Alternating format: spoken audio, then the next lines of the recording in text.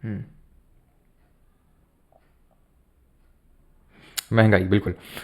तो इन्फ्लेशन होता है महंगाई, ठीक है। तो inflation is increase in the general level of prices of goods and services, यानी कि अगर सिंपल टर्म्स में अगर हम बोलें तो महंगाई, जो चीज़ों के यानी कि वस्तुओं के और जो सेवाओं के दाम बढ़ जाते हैं उसको हम महंगाई बोलते हैं, उसको इन्फ्लेशन बोलते हैं। बहुत सीधा साधा एग्जाम्पल है, जो पार्ले जी का बिस्किट है ना, जो पार्ले जी का बिस्किट 2 रुपए का आता था किसी टाइम पे जब हम लोग छोटे हुआ करते थे। हाँ, तुम थे छोटे कि नहीं थे? क्योंकि तुम बड़े ही पैदा हुए थे, तो छोटे जब हम लोग थे तो 2 रुपए का जो बिस्किट का पैकेट था पार्ले जी का, वो आज 5 रुपए का हो गया, 5 वाला 10 का हो गया है, ठीक है। बिस्किट उसमें उतने ही है। ये सब क्या है? ये सब इन्फ्लेशन है। हिंदी में अगर सिंपल टर्म्स में बोले तो महंगाई है, ठीक है। महंगाई से होता क्या है? महंगाई से परचेजिंग पावर जो है वो डिक्रीज हो जाती है। परचेजिंग पावर डिक्रीज हो जाती है, इसका मतलब क्या है? परचेजिंग पावर डिक्रीज होने का मतलब ये है कि जो कीमत पैसे की थी, फॉर एग्जाम्पल जो कीमत हमारे 2 रुपए की थी, आज से मान लेते हैं कि 20 साल पहले जब हम छोटे थे तो जो कीमत 2 रुपए की थी, राइट, वो कीमत आज 2 रुपए की नहीं रही। आज वही कीमत 5 रुपए लेके बैठा हुआ है। या फिर फॉर एग्जाम्पल जो कीमत 5 रुपए की तब थी, 5 रुपए में जो एक बिस्किट का पैकेट आ जाता था तब, आज नहीं आता है। आज आपको उसी के लिए 10 रुपए खर्च करने पड़ते हैं। ये क्या है? ये इन्फ्लेशन है, ये मुद्रास्फीति है, और ये परचेजिंग पावर को घटा देता है। परचेजिंग पावर मतलब आपकी खरीदने की क्षमता। किसकी खरीदने की क्षमता? एक्चुअल में ये जो मनी है इसकी परचेजिंग पावर डिक्रीज हो रही है। यानी कि जो 2 रुपए की कीमत थी वो कीमत आज नहीं रही, जो आज से 10 साल पहले या 20 साल पहले थी। जो कीमत आज से 20 साल पहले 5 रुपए की थी वो आज नहीं रही, यानी कि इसकी परचेजिंग पावर कम हो गई है। 10 रुपए में जितनी चीज़ें पहले आ जाती थी आज से 20 साल पहले, आज उतनी चीज़ें 10 रुपए में नहीं आती हैं। परचेजिंग पावर घट गया है। इन्फ्लेशन के टाइम पे डेटर या फिर बोरोवर ये बेनिफिट करता है मोर देन द लेंडर। कैसे? यानी कि उधार देने वाले का घाटा होता है अगर इन्फ्लेशन ज़्यादा होता है उधार लेने वाले के कंपैरिजन में। कैसे वो समझते हैं?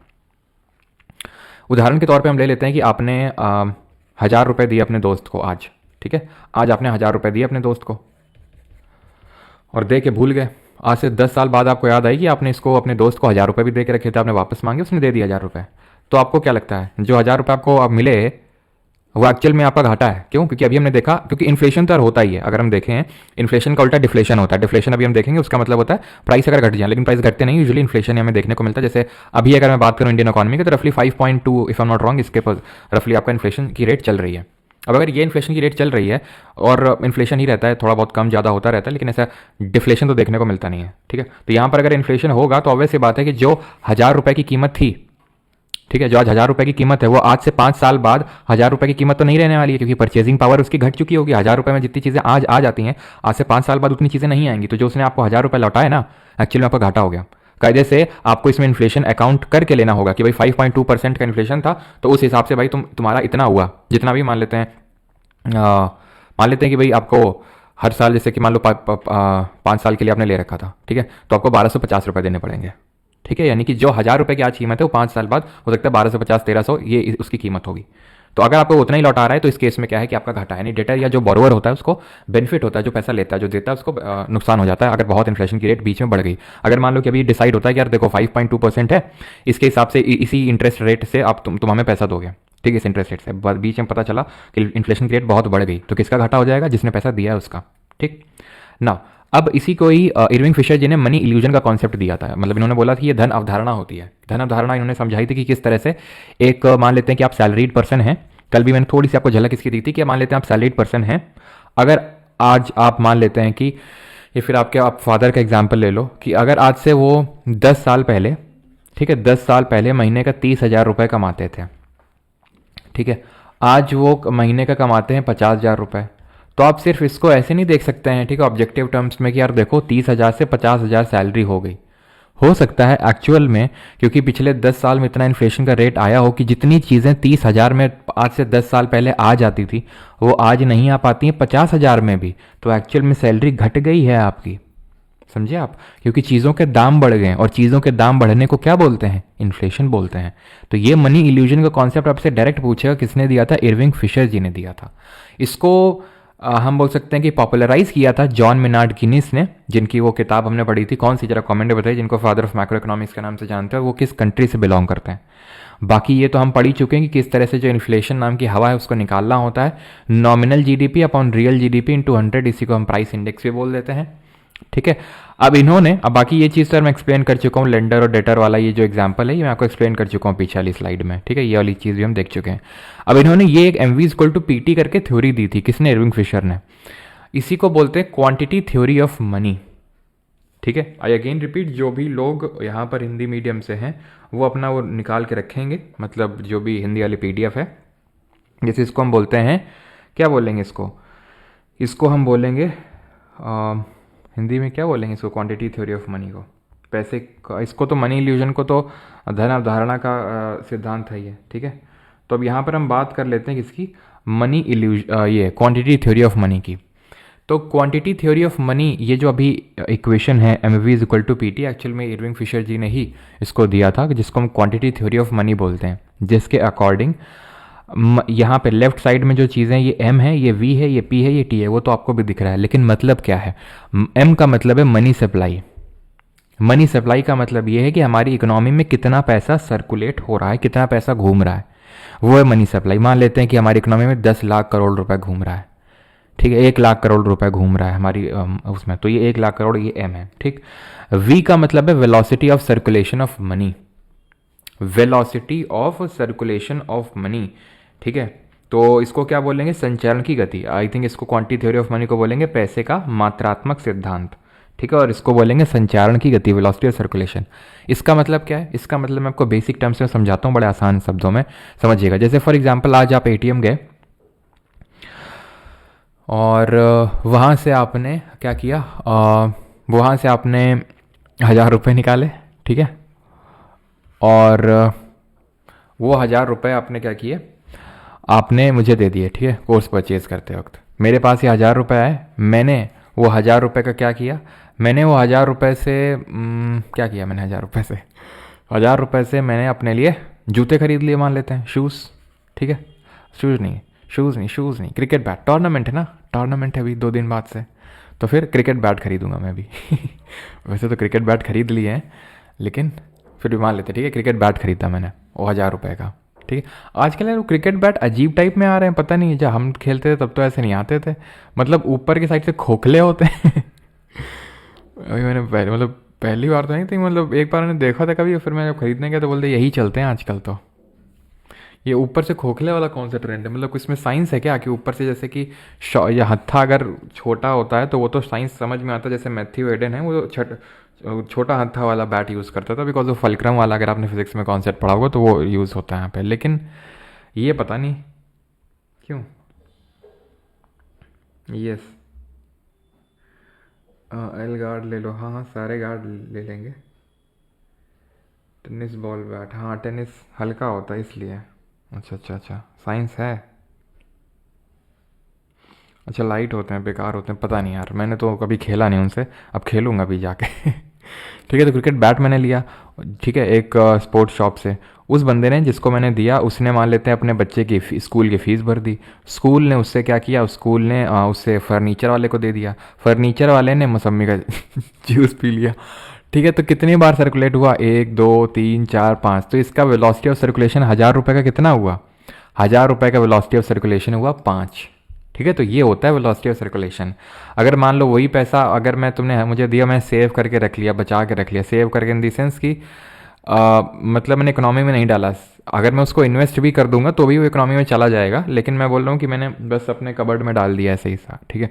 तो वो kind of velocity of circulation उसका कम हो जाएगा, क्योंकि वो घूम ही नहीं पाएगा इतना, वो तो पड़ा हुआ है, ठीक है। ऐसे ही पी क्या है, यहाँ पे देखो, ये वाला जो साइड है ये मनी सप्लाई है, पूरा कितना, वो कितनी बार घूम रहा है, ये बराबर होता है किसके, पी फॉर प्राइस लेवल, यानी कि चीज़ कितने में बेची जा रही है, कितना दाम है उसका, और कितनी बेची जा रही है, ये है प्राइस लेवल, और ये है transaction, all the goods and services sold with in an economy, जितने गुड्स एंड सर्विसेज जितने बेचे जा रहे हैं वो, और उनका प्राइस लेवल, ये बराबर होता है इसके। तो ये क्वांटिटी थ्योरी ऑफ मनी है, थोड़ा सा इसको भी ध्यान में रखिएगा, ठीक है।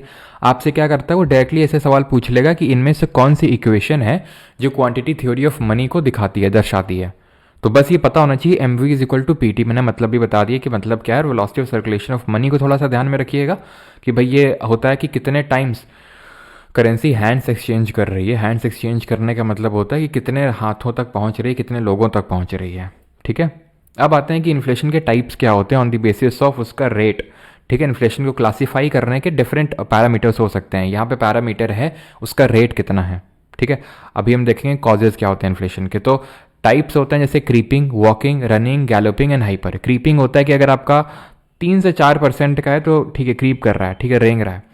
चल रहा है, वॉक कर रहा है, अगर 4 से 10 है, जैसे अभी 5.2 है, तो आप क्रीपिंग और वॉकिंग के मार्जिन पे आप रख सकते हो इंडिया का इन्फ्लेशन रेट, है ना। वॉकिंग, रनिंग का मतलब है 10 से 20%, गैलोपिंग का मतलब है कि बहुत ज़्यादा है 20 to 100%, और हाइपर इन्फ्लेशन का मतलब है 100%।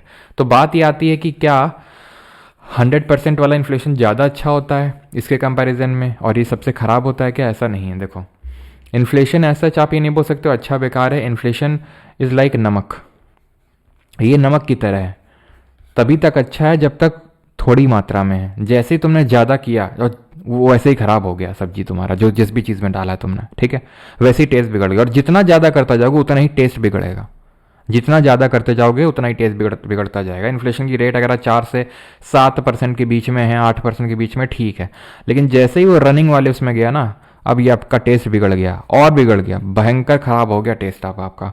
इससे होता है कि आपने कभी कभी न्यूज़ में सुना होगा, जैसे कि श्रीलंका, हमारा पड़ोसी देश, एक बार वेनेजुला में, कि भाई नोटों को तोल तोल के क्या किया जा रहा है, सामान दिया जा रहा है। क्यों नोटों को तोल के? क्यों? क्योंकि अब यहाँ पर हम समझेंगे कॉज ऑफ इन्फ्लेशन को, कि जो मुद्रास्फीति है उसके कारण क्या होते हैं। तो कारण दो होते हैं, एक तो होता है डिमांड पुल और एक होता है कॉस्ट पुश। ठीक है, कौन से? डिमांड पुल और कॉस्ट पुश इन्फ्लेशन। तो यहाँ पर यानी कि इसको हिंदी में आई थिंक डिमांड पुल और कॉस्ट पुश ही बोलेंगे। तो डिमांड पुल होता है आपका डिमांड साइड इन्फ्लेशन। अब इसका मतलब क्या होता है कि पहले समझते हैं। तो डिमांड साइड का इन्फ्लेशन का मतलब ये है too many dollars chasing too many goods, जब बहुत ज़्यादा करेंसी हो जाए लेकिन उसके अवज में उतना सामान ना हो, तो, है ना। आपने कई सारे इस तरह के वीडियोस देखे होंगे कि, है ना, या फिर हो सकता है आपके दिमाग में भी जॉब हो सकता है अभी या फिर छोटे में आता हो दिमाग में, कि गवर्नमेंट अगर पैसे बनाती है तो क्यों पैसे नहीं छाप देती है दबा दब, सबको पैसे बांट दे, सबको अमीर कर दे, क्यों नहीं कर देती है? तो क्या होगा अगर सबको अमीर कर देगी? सबके पास हाथों में पैसा पहुंच गया, लेकिन उसके एवज में गुड्स एंड सर्विसेज तो प्रोड्यूस नहीं हुआ। अभी अगर मान लो तुम्हारे पास 1,000 रुपए हैं, ठीक है, तो तुम सोच समझ के उसको खर्च करोगे कि भाई इतना 10,000 रुपये हो गए, तो और ज़्यादा तुम डिमांड करोगे कि मुझे 1 किलो टमाटर नहीं, अब मुझे 5 किलो टमाटर चाहिए, एक आधा किलो पनीर में काम नहीं चलेगा, भाई को 5 किलो पनीर चाहिए, अब भाई पूरा सबको पार्टी देगा। तो पनीर तो प्रोड्यूस ही नहीं हुआ ना उस अवज में, टमाटर तो प्रोड्यूस ही नहीं हुआ ना, तो फिर क्या होगा? क्योंकि सबके हाथों में पैसा आ चुका है, चीज़ कम है, ठीक है, चीज़ कम है, तो चीज़ों के दाम बढ़ाने पड़ेंगे तो बेच रहे हैं। और बोलेंगे भाई अगर हम 10 रुपये किलो में दे रहे हैं टमाटर, 1,000 किलो रुपए हम देंगे, फिर होगा 5,000 किलो रुपए। हम समझो 5,000 रुपए किलो में टमाटर मिल रहा है, तो झोली भर भर के रुपए देना पड़ेगा ना। तो वही होता है फिर, अगर ये बहुत ज़्यादा हो जाता है और ये इकोनॉमी के लिए बहुत ख़राब होता है।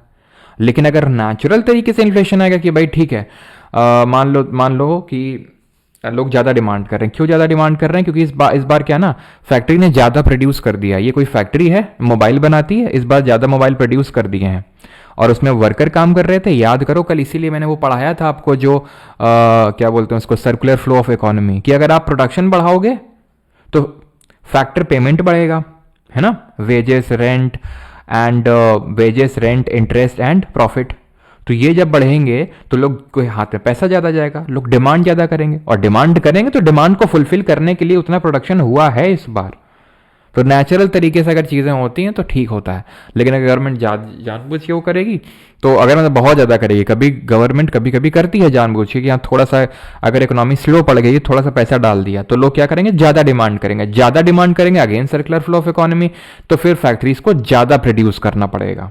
लेकिन एकदम से ज़्यादा कर दोगे, एकदम से सबके हाथ में ज़्यादा पैसा दे दोगे, तो वो खराब है। तो ये डिमांड पुल हो गया, जहाँ पर लोगों के हाथों में पैसा ज़्यादा आ गया है। कॉस्ट पुश का मतलब होता है सप्लाई साइड इन्फ्लेशन होता है, सप्लाई साइड से ही इन्फ्लेशन है। सप्लाई साइड इन्फ्लेशन का मतलब ये है सर कि जैसे अगर मैं टमाटर प्रोड्यूस कर रहा हूँ, ठीक है, तो अभी 20 रुपए किलो है, क्योंकि मुझे उसको उगाने की सब उस लागत वगैरह जो आती है वो 15 रुपए किलो आती है और 5 रुपए मेरा प्रॉफिट है। ठीक, अब हुआ क्या कि इस बार फसल अच्छी नहीं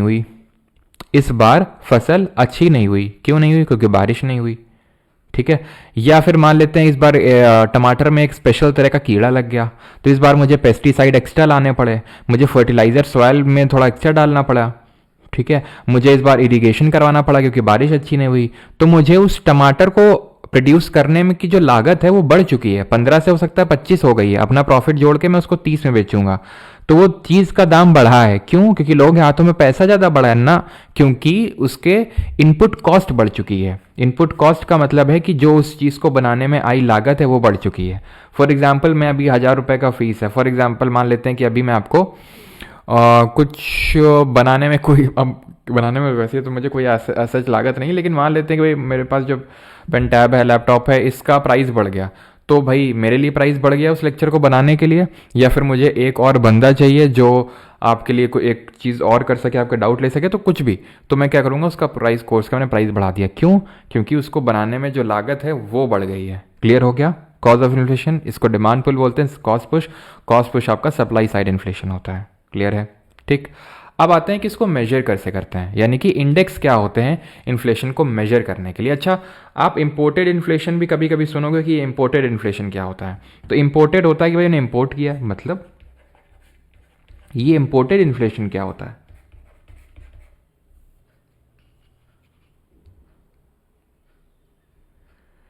भाई प्लीज़ स्पैम मत किया करिए। एसएससी होता सर इस बात से ग्रुप डी साइंस हो जाएगी, नहीं हो पाएगी। ठीक है, नहीं हो पाएगी, क्योंकि है क्या ना कि एक सर्टन पॉइंट तक हो जाएगी, लेकिन मैं ये तो नहीं बोलूँगा कि भाई नहीं सब कुछ हो जाएगा, लेकिन हाँ एक काफ़ी हद तक आपकी वो सफाइस करेगी। ठीक है, काफ़ी हद तक वो सफाइस कर जाएगी आपका। चलो, तो क्या मैं बता रहा था, हाँ, इम्पोर्टेड इन्फ्लेशन। इम्पोर्टेड इन्फ्लेशन होता है जैसे कि हमारा मान लो पाकिस्तान अपना। अब पाकिस्तान क्या है कि पाकिस्तान में आ रखी है मंदी। ठीक है, पाकिस्तान ले लो, फिर हम इंडिया का भी एग्जाम्पल ले सकते हो कि पेट्रोल के दाम बढ़ गए। क्यों बढ़ गए पेट्रोल के दाम? क्योंकि पेट्रोल को हम इंपोर्ट करते थे, और पेट्रोल और डीजल के जो क्रूड ऑयल कच्चा तेल है उसका मान लेते हैं कि रशिया यूक्रेन के बीच में युद्ध हो रहा है, उसकी वजह से सप्लाई कम हो गई है। तो सप्लाई कम हो गई है तो क्या है, सप्लाई कम होने की वजह से कॉस्ट पुश इन्फ्लेशन आ गया, या फिर सप्लाई साइड इन्फ्लेशन आ गया, जिसकी वजह से इन्फ्लेशन आ गया। वो इन्फ्लेशन हमने इंपोर्ट किया एक तरह से, imported inflation. Simple. Index to measure the inflation. Inflation को मेजर करने के लिए कुछ इंडेक्स हैं, इंडेक्स निर्धारित किए गए हैं। ये निर्धारित कर देखने के लिए कि भाई कहाँ पे कितना इन्फ्लेशन है। दो इंडेक्स हैं, जो मैं बोल रहा हूँ उस पर ज़्यादा फोकस करना, जो लिखा है उस पर नहीं है अभी, जो मैं बोल रहा हूँ सिर्फ उस पर। दो इंडेक्स हैं, WPI और CPI, होलसेल प्राइस इंडेक्स और कंज्यूमर प्राइस इंडेक्स। ठीक, ये क्या करते हैं, ये इन्फ्लेशन, इन दोनों में है क्या, कॉमन बास्केट ऑफ गुड लिया जाता है, यानी कि कुछ ऐसे सामान ले लिए जाते हैं। ठीक है, हर महीने सर्वे वाली टीम पहुंचती है, उन सामानों का प्राइस चेक करती है कि भाई कितना क्या प्राइस है, और उस हिसाब से निर्धारित करती है कि इन्फ्लेशन कितना होगा इस साल। यानी कि वो क्या करते हैं, वो ऊपर लिखते हैं cost of fixed basket of goods.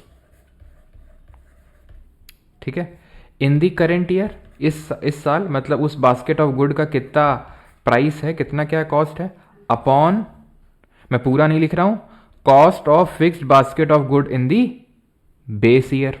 अब बेस ईयर तो आपको पता है, बेस ईयर हम क्यों निर्धारित करते हैं। ठीक है, बेस ईयर इनटू 100। तो ये हमें बता देता है कि कितना WPI चल रहा है। अब ये बास्केट ऑफ गुड क्या होता है, तो बास्केट ऑफ गुड होता है कि हम कुछ सामान ले लेते हैं। क्या सामान लेते हैं अभी देखते हैं, रुक जाओ। लेकिन WPI पहली बार 1942 में पब्लिश हुआ था, बेस ईयर इसका 2011-12 है, इसको निकालता ऑफिस ऑफ इकोनॉमिक एडवाइजर है। ये चीज़ चलो हम बाद में भी पढ़ लेंगे, लेकिन सबसे पहले तो हम क्यों ना WPI CPI के बारे में अंतर ही समझ लें कि क्या अंतर होता है इनमें। तो जो WPI और CPI निकलता सेम तरीके से, जो मैंने फॉर्मूला आपको लिखा है ना, वैसे तो ज़्यादा पूछेगा नहीं, लेकिन अगर पूछ ले कभी, तो cost of fixed basket of goods in the current year upon cost of fixed basket of goods in the base year into 100। ये है WPI के लिए। और अगर CPI का पूछेगा तो गुड्स के आगे सर्विसेज भी लिख देगा, गुड्स एंड सर्विसेज। क्यों? क्योंकि WPI है वो सर्विसेज को कैप्चर नहीं करता है। मैं पढ़ा रहा हूं आपको, कोर्स का प्राइस कितना बढ़ा है वो WPI कैप्चर नहीं करेगा। तो WPI क्या करेगा, कैप्चर। WPI अपने मतलब की चीजें करेगा। WPI में क्या क्या चीजें होती हैं, तो WPI में सबसे ज्यादा जो वेटेज रखता है वो रखता है आपका मैन्युफैक्चर्ड गुड्स। ठीक है, मैन्युफैक्चर्ड गुड्स और फ्यूल एंड पावर, या फिर आप पहले इसमें प्राइमरी आर्टिकल कर लो, वेटेज के हिसाब से देख लेते हैं हम, ठीक है। प्राइमरी आर्टिकल में आपके फूड और नॉन फूड आर्टिकल आ जाएंगे, जैसे फूड आर्टिकल और मिनरल वगैरह सब आ जाते हैं, ठीक है, प्राइमरी आर्टिकल्स। और आ जाता है आपका फ्यूल एंड पावर, ठीक है। मैन्युफैक्चर्ड गुड का कितना वेटेज होता है इसमें, रफली 64.2%, ठीक है। प्राइमरी आर्टिकल की अगर बात करेंगे 22.6% रफली, और फ्यूल एंड पावर की अगर बात करेंगे 13.5%। क्या सर रट्टा मारना है? रट्टा नहीं, तो आप ये ऑर्डर याद रखना बस। सीपीआई की जब बात करते हैं, कंज्यूमर प्राइस इंडेक्स की, सबसे ज्यादा वेटेज होता है फूड एंड बेवरेजेस का, खाना और पीना का, ठीक है, food and beverages. Second number पे आता है आपका सेकंड नंबर पे आएगा आपका इसमें, अगर आप मिसलेनियस वाले को हटा देंगे तो मेनली हाउसिंग आता है, लेकिन बस इतना ध्यान रखना तुम, फूड और बेवरेज का इसमें हाईएस्ट वेटेज होता है बस, ठीक है। हाउसिंग का इसमें होता है 10% ही मान सकते हो रफली, ठीक है। देन आपका इसमें फ्यूल एंड पावर का होता है कितना, फ्यूल एंड पावर का होता है इसमें 6.8%, यानी कि कम होता है। और भी होता है जैसे कि क्लोथिंग हो गया, ये पान मसाला हो गया, ये सब भी होते हैं, लेकिन सबका परसेंटेज हमें याद करने की ज़रूरत नहीं है, बस हमें ऑर्डर ध्यान रखना है। और क्या क्या ध्यान रखना है, ध्यान से समझना। WPI सर्विसेज को कैप्चर नहीं करता है, CPI करता है। तो यानी कि अगर हमें देखना है कि सर्विसेज जैसे मैं आपको सर्विस प्रोवाइड कर रहा हूँ, जो नाई है, जो मोची है, सब सर्विस दे रहे हैं अपनी अपनी, तो वो चीज़ का इन्फ्लेशन हमें CPI से पता चलेगा, पहला। दूसरा कि जो ये है WPI, इसका फुल फॉर्म क्या है, होलसेल प्राइस इंडेक्स, इसका क्या है, कंज्यूमर प्राइस इंडेक्स। तो ये क्या करता है, होलसेल लेवल पे चीजों को ट्रैक करता है, क्या, होलसेल लेवल पे इन्फ्लेशन को ट्रैक करता है। और वहीं पे CPI की अगर बात करें तो ये कंज्यूमर लेवल पे, कंज्यूमर मतलब कि रिटेल लेवल पे, कि दुकानदार से जो हम सामान खरीदते हैं हम और आप जाकर, तो वो कितने में मिल रहा है, अब पहले कितने मिल रहा था, अब कितने मिल रहा है, तो वो होता है आपका CPI।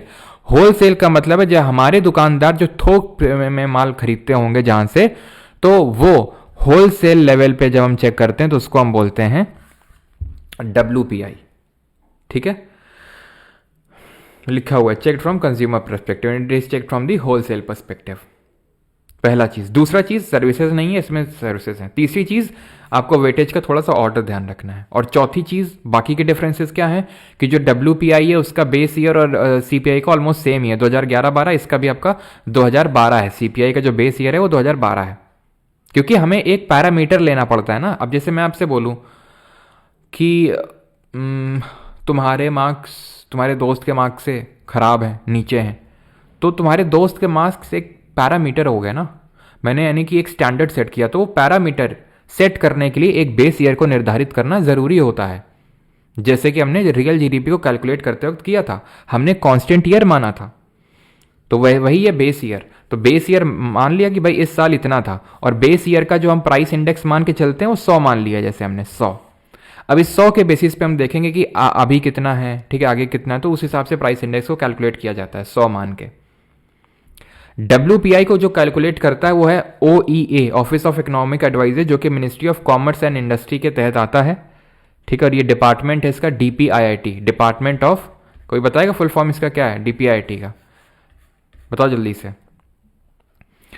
और CPI की अगर बात करेंगे तो बेस ईयर इसका 2012 ही रहेगा, लेकिन अगर इसकी बात करेंगे कैलकुलेट कौन करता है, तो इसको कैलकुलेट करता है NSO, नेशनल स्टैटिस्टिकल ऑफिस। ये किसके अंडर आता है, जिसके अंडर आपका जो CSO है वो आता है, that is ministry of statistics programme implementation, that is MOSPI।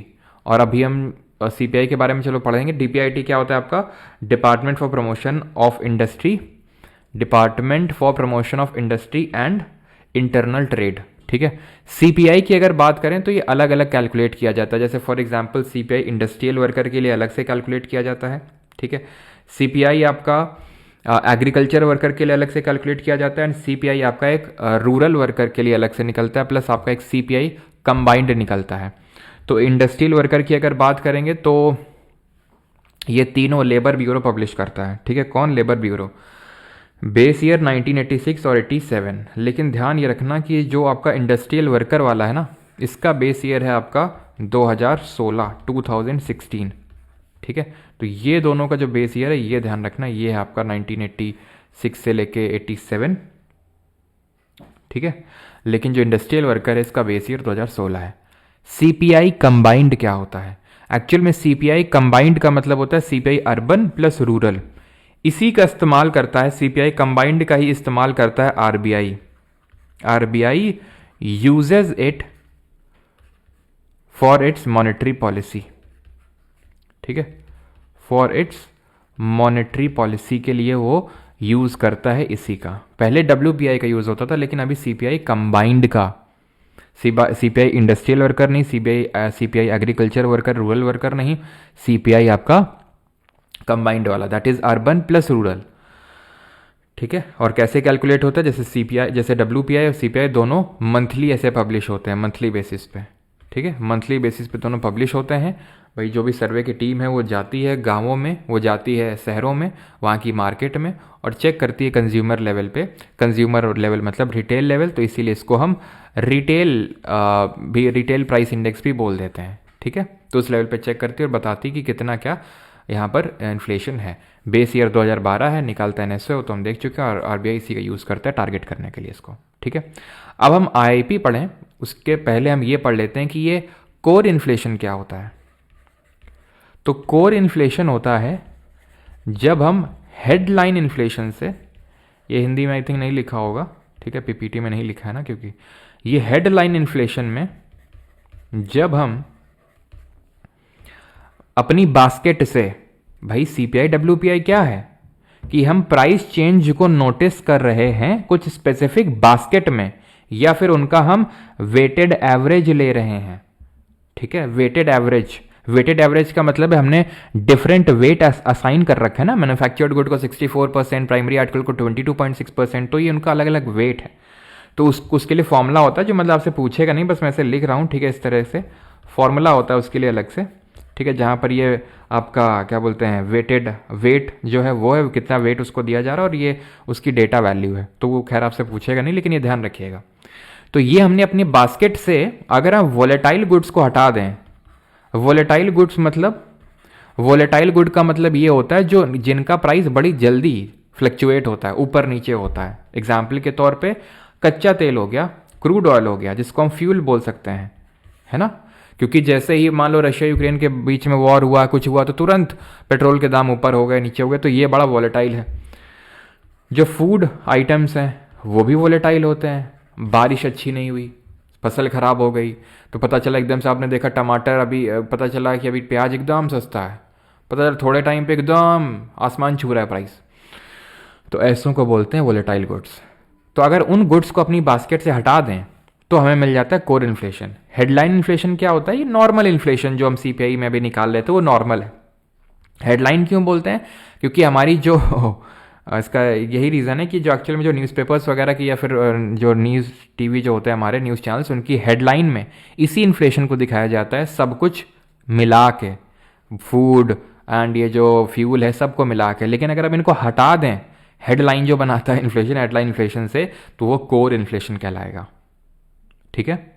अब ये आईआईपी क्या होता है? तो जो हमारा डब्ल्यूपीआई और सीपीआई है वो प्राइस चेंज पे फोकस करता है, ठीक है।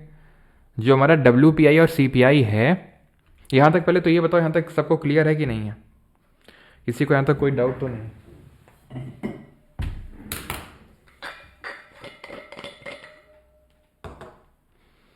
हिंदी पीडीएफ और लेक्चर 2 सर।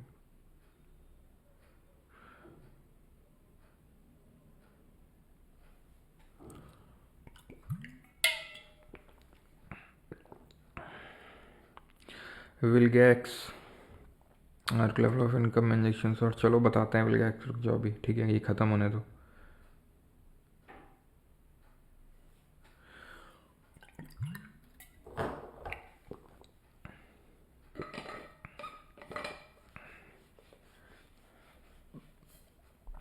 वेद प्रकाश जी, वो डिपेंड करता है कि आप उसको रिटेल लेवल पे चेक कर रहे हो या फिर होलसेल लेवल पे। तुम जूते जाके खरीद रहे हो दुकान से, सीपीआई, और अगर होलसेल लेवल पे तो डब्ल्यूपीआई। हाँ सर, आज 4 प्लांट दिखेंगे साथ में, इवनिंग में फ़ोटो भेजना अगर टेलीस्कोप से देखो। भाई टेलीस्कोप यार मेरे पास नहीं है, ठीक है। हाँ बाकी सब कुछ समझ में, अगर समराइज़ कर तो समराइज़ करते हैं अभी, ठीक है, समराइज़ करते हैं। कोर इन्फ्लेशन होता है जब हेडलाइन इन्फ्लेशन से वोलेटाइल गुड्स को हटा देते हैं। हेडलाइन इन्फ्लेशन क्या होता है? नॉर्मल जो इन्फ्लेशन होता है, जो सीपीआई है नॉर्मल, सारे बास्केट ऑफ गुड को रखे हुए हैं। अगर उस बास्केट ऑफ गुड से मैं हटा दूं उन गुड्स को जिनका प्राइस बहुत जल्दी ऊपर नीचे होता है, एग्जाम्पल के तौर पे फूड आइटम्स, एग्जाम्पल के तौर पे फ्यूल, तो वो हो जाएगा आपका कोर, ठीक है। चलो तो अभी आते हैं आईआईपी पे, that is index of industrial production. IIP क्या है? ये जो है आपका इंडस्ट्रियल आउटपुट को ट्रैक करता है, ठीक है। इट ट्रैक्स इंडस्ट्रियल आउटपुट, की इंडस्ट्री से कितना आउटपुट हुआ, इंडस्ट्रियल आउटपुट, ठीक। एंड ये जो है WPI CPI से कैसे मतलब डिफरेंट है कि जो WPI CPI है, ठीक है, WPI and CPI focus on price change,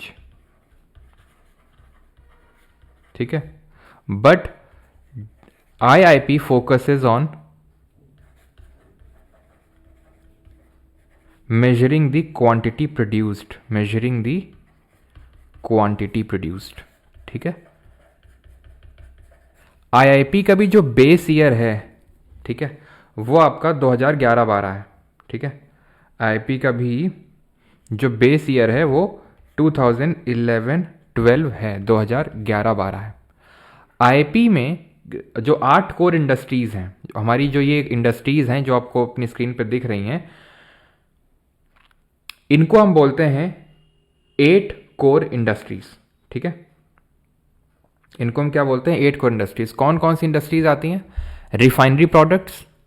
core industries क्या होती हैं? वो इंडस्ट्रीज जिन पे बहुत सारी अदर इंडस्ट्रीज डिपेंड करती हैं। एग्जाम्पल के तौर पे अगर बात करें स्टील, अब स्टील को हम घर में भी यूज करते हैं और बड़ी बड़ी इंडस्ट्रीज तक में यूज होता है, ये वहां तक जाता है ना। तो स्टील एक कोर इंडस्ट्री है। रिफाइनरी प्रोडक्ट बहुत जगह यूज होते हैं, इलेक्ट्रिसिटी घर में भी यूज होती है, इंडस्ट्रीज में हर जगह यूज होता है, तो ये कोर इंडस्ट्री है। क्रूड ऑयल कोर इंडस्ट्री है, बिकॉज पूरा ट्रांसपोर्ट सब कुछ यार इस पर डिपेंडेंट है। नेचुरल गैस, ना जाने क्या क्या नेचुरल गैस से बनाया जाता है, प्लास्टिक तक बनाया जाता है इसे, सीमेंट, ठीक है, पूरा कंस्ट्रक्शन सेक्टर इस पर डिपेंडेंट है, फर्टिलाइजर, एग्रीकल्चर सेक्टर डिपेंडेंट है, ठीक है। एंड आई थिंक यहाँ पर क्रूड ऑयल 2 बार हो गया सर। आईपी को CSO कैलकुलेट करता है, ठीक है। आईपी यहाँ चलो मैं लिख देता हूँ, आईपी कैलकुलेटेड बाय CSO, ठीक है। CSO कैलकुलेट करता है जो कि मॉस्पी के अंडर में आता है, मैं लिख देता हूँ, ठीक है, मॉस्पी के अंडर में। तो यहाँ पे क्रूड ऑयल आई थिंक 2 बार हो गया है, एक बार मैं चेक करता हूँ। रिफाइनरी प्रोडक्ट हो गया, इलेक्ट्रिसिटी हो गया, कोल नहीं हुआ ना, कोयला, तो कोल यहाँ पे नोट कर लो। तो ये है हमारी 8 कोर इंडस्ट्रीज जो कि 40%, रफली 40%, थोड़ा ज़्यादा ही है, 40% कॉन्ट्रीब्यूशन देती हैं आईपी में, ठीक है। बस इतना ही ध्यान रखना है इसमें। अब आते हैं डिसइन्फ्लेशन क्या होता है। तो आप में से कुछ लोगों को प्राइमा फेसी ये देख के वर्ड लग सकता है डिसइन्फ्लेशन मतलब कि इन्फ्लेशन का उल्टा, गलत है। इन्फ्लेशन का उल्टा होता है deflation, opposite of inflation. Fall in general level of prices की मतलब एकदम उल्टा, कि जो चीज़ जितना आप 10 रुपए में आज से 10 साल पहले खरीद पा रहे तो उससे ज़्यादा आप आज खरीद पा रहे हो, उसको डिफ्लेशन बोलते हैं, जो जनरली हमें देखने को मिलता नहीं है ना। डिफ्लेशन का मतलब वही सिंपल, अब हर चीज़ उल्टी हो जाएगी कि डिफ्लेशन में कौन बेनिफिट, डिफ्लेशन में परचेसिंग पावर बढ़ेगी, घटेगी नहीं। डिफ्लेशन में जो लेंडर है, जो पैसा दे रहा है, उसका बेनिफिट होगा डेटर के कंपैरिजन में। तो सब कुछ उल्टा है, इसमें आई थिंक कुछ अलग से बताने की आपको ज़रूरत है नहीं। डिसइन्फ्लेशन जो है ये इन्फ्लेशन का उल्टा नहीं होता, ये एक्चुअल में इन्फ्लेशन ही है, बस है इतना कि इन्फ्लेशन ही है, बस उसमें जो रेट है इन्फ्लेशन की वो घट रही है। जैसे अभी आज 5.2% है इंडिया का इन्फ्लेशन, अगले साल 4.5% हो जाए, फिर 4% हो जाए, ठीक है, फिर मान लेते हैं कि आपका 3% हो जाए। तो हो क्या रहा है कि यहाँ पर इन्फ्लेशन तो है, 3% है इन्फ्लेशन, ठीक है, लेकिन इन्फ्लेशन की रेट घट रही है, तो वो होगा डिसइन्फ्लेशन। फिलिप्स कर्व क्या है? अब यहीं से हमारा एक नया सेगमेंट शुरू होगा, that is employment and unemployment. तो फिलिप्स जी ने ये बोला था कि जब इन्फ्लेशन होगा इकोनॉमी में तो एम्प्लॉयमेंट भी होगा, यानी इन्फ्लेशन और एम्प्लॉयमेंट डायरेक्टली प्रोपोर्शनल है। या फिर इन्होंने एक्चुअल में इन्फ्लेशन और अनएम्प्लॉयमेंट की बात कही थी, तो उसका मतलब ये हो गया कि इन्फ्लेशन अगर बढ़ेगा तो अनएम्प्लॉयमेंट घटेगा, ये ऐसा कहना था फिलिप्स का।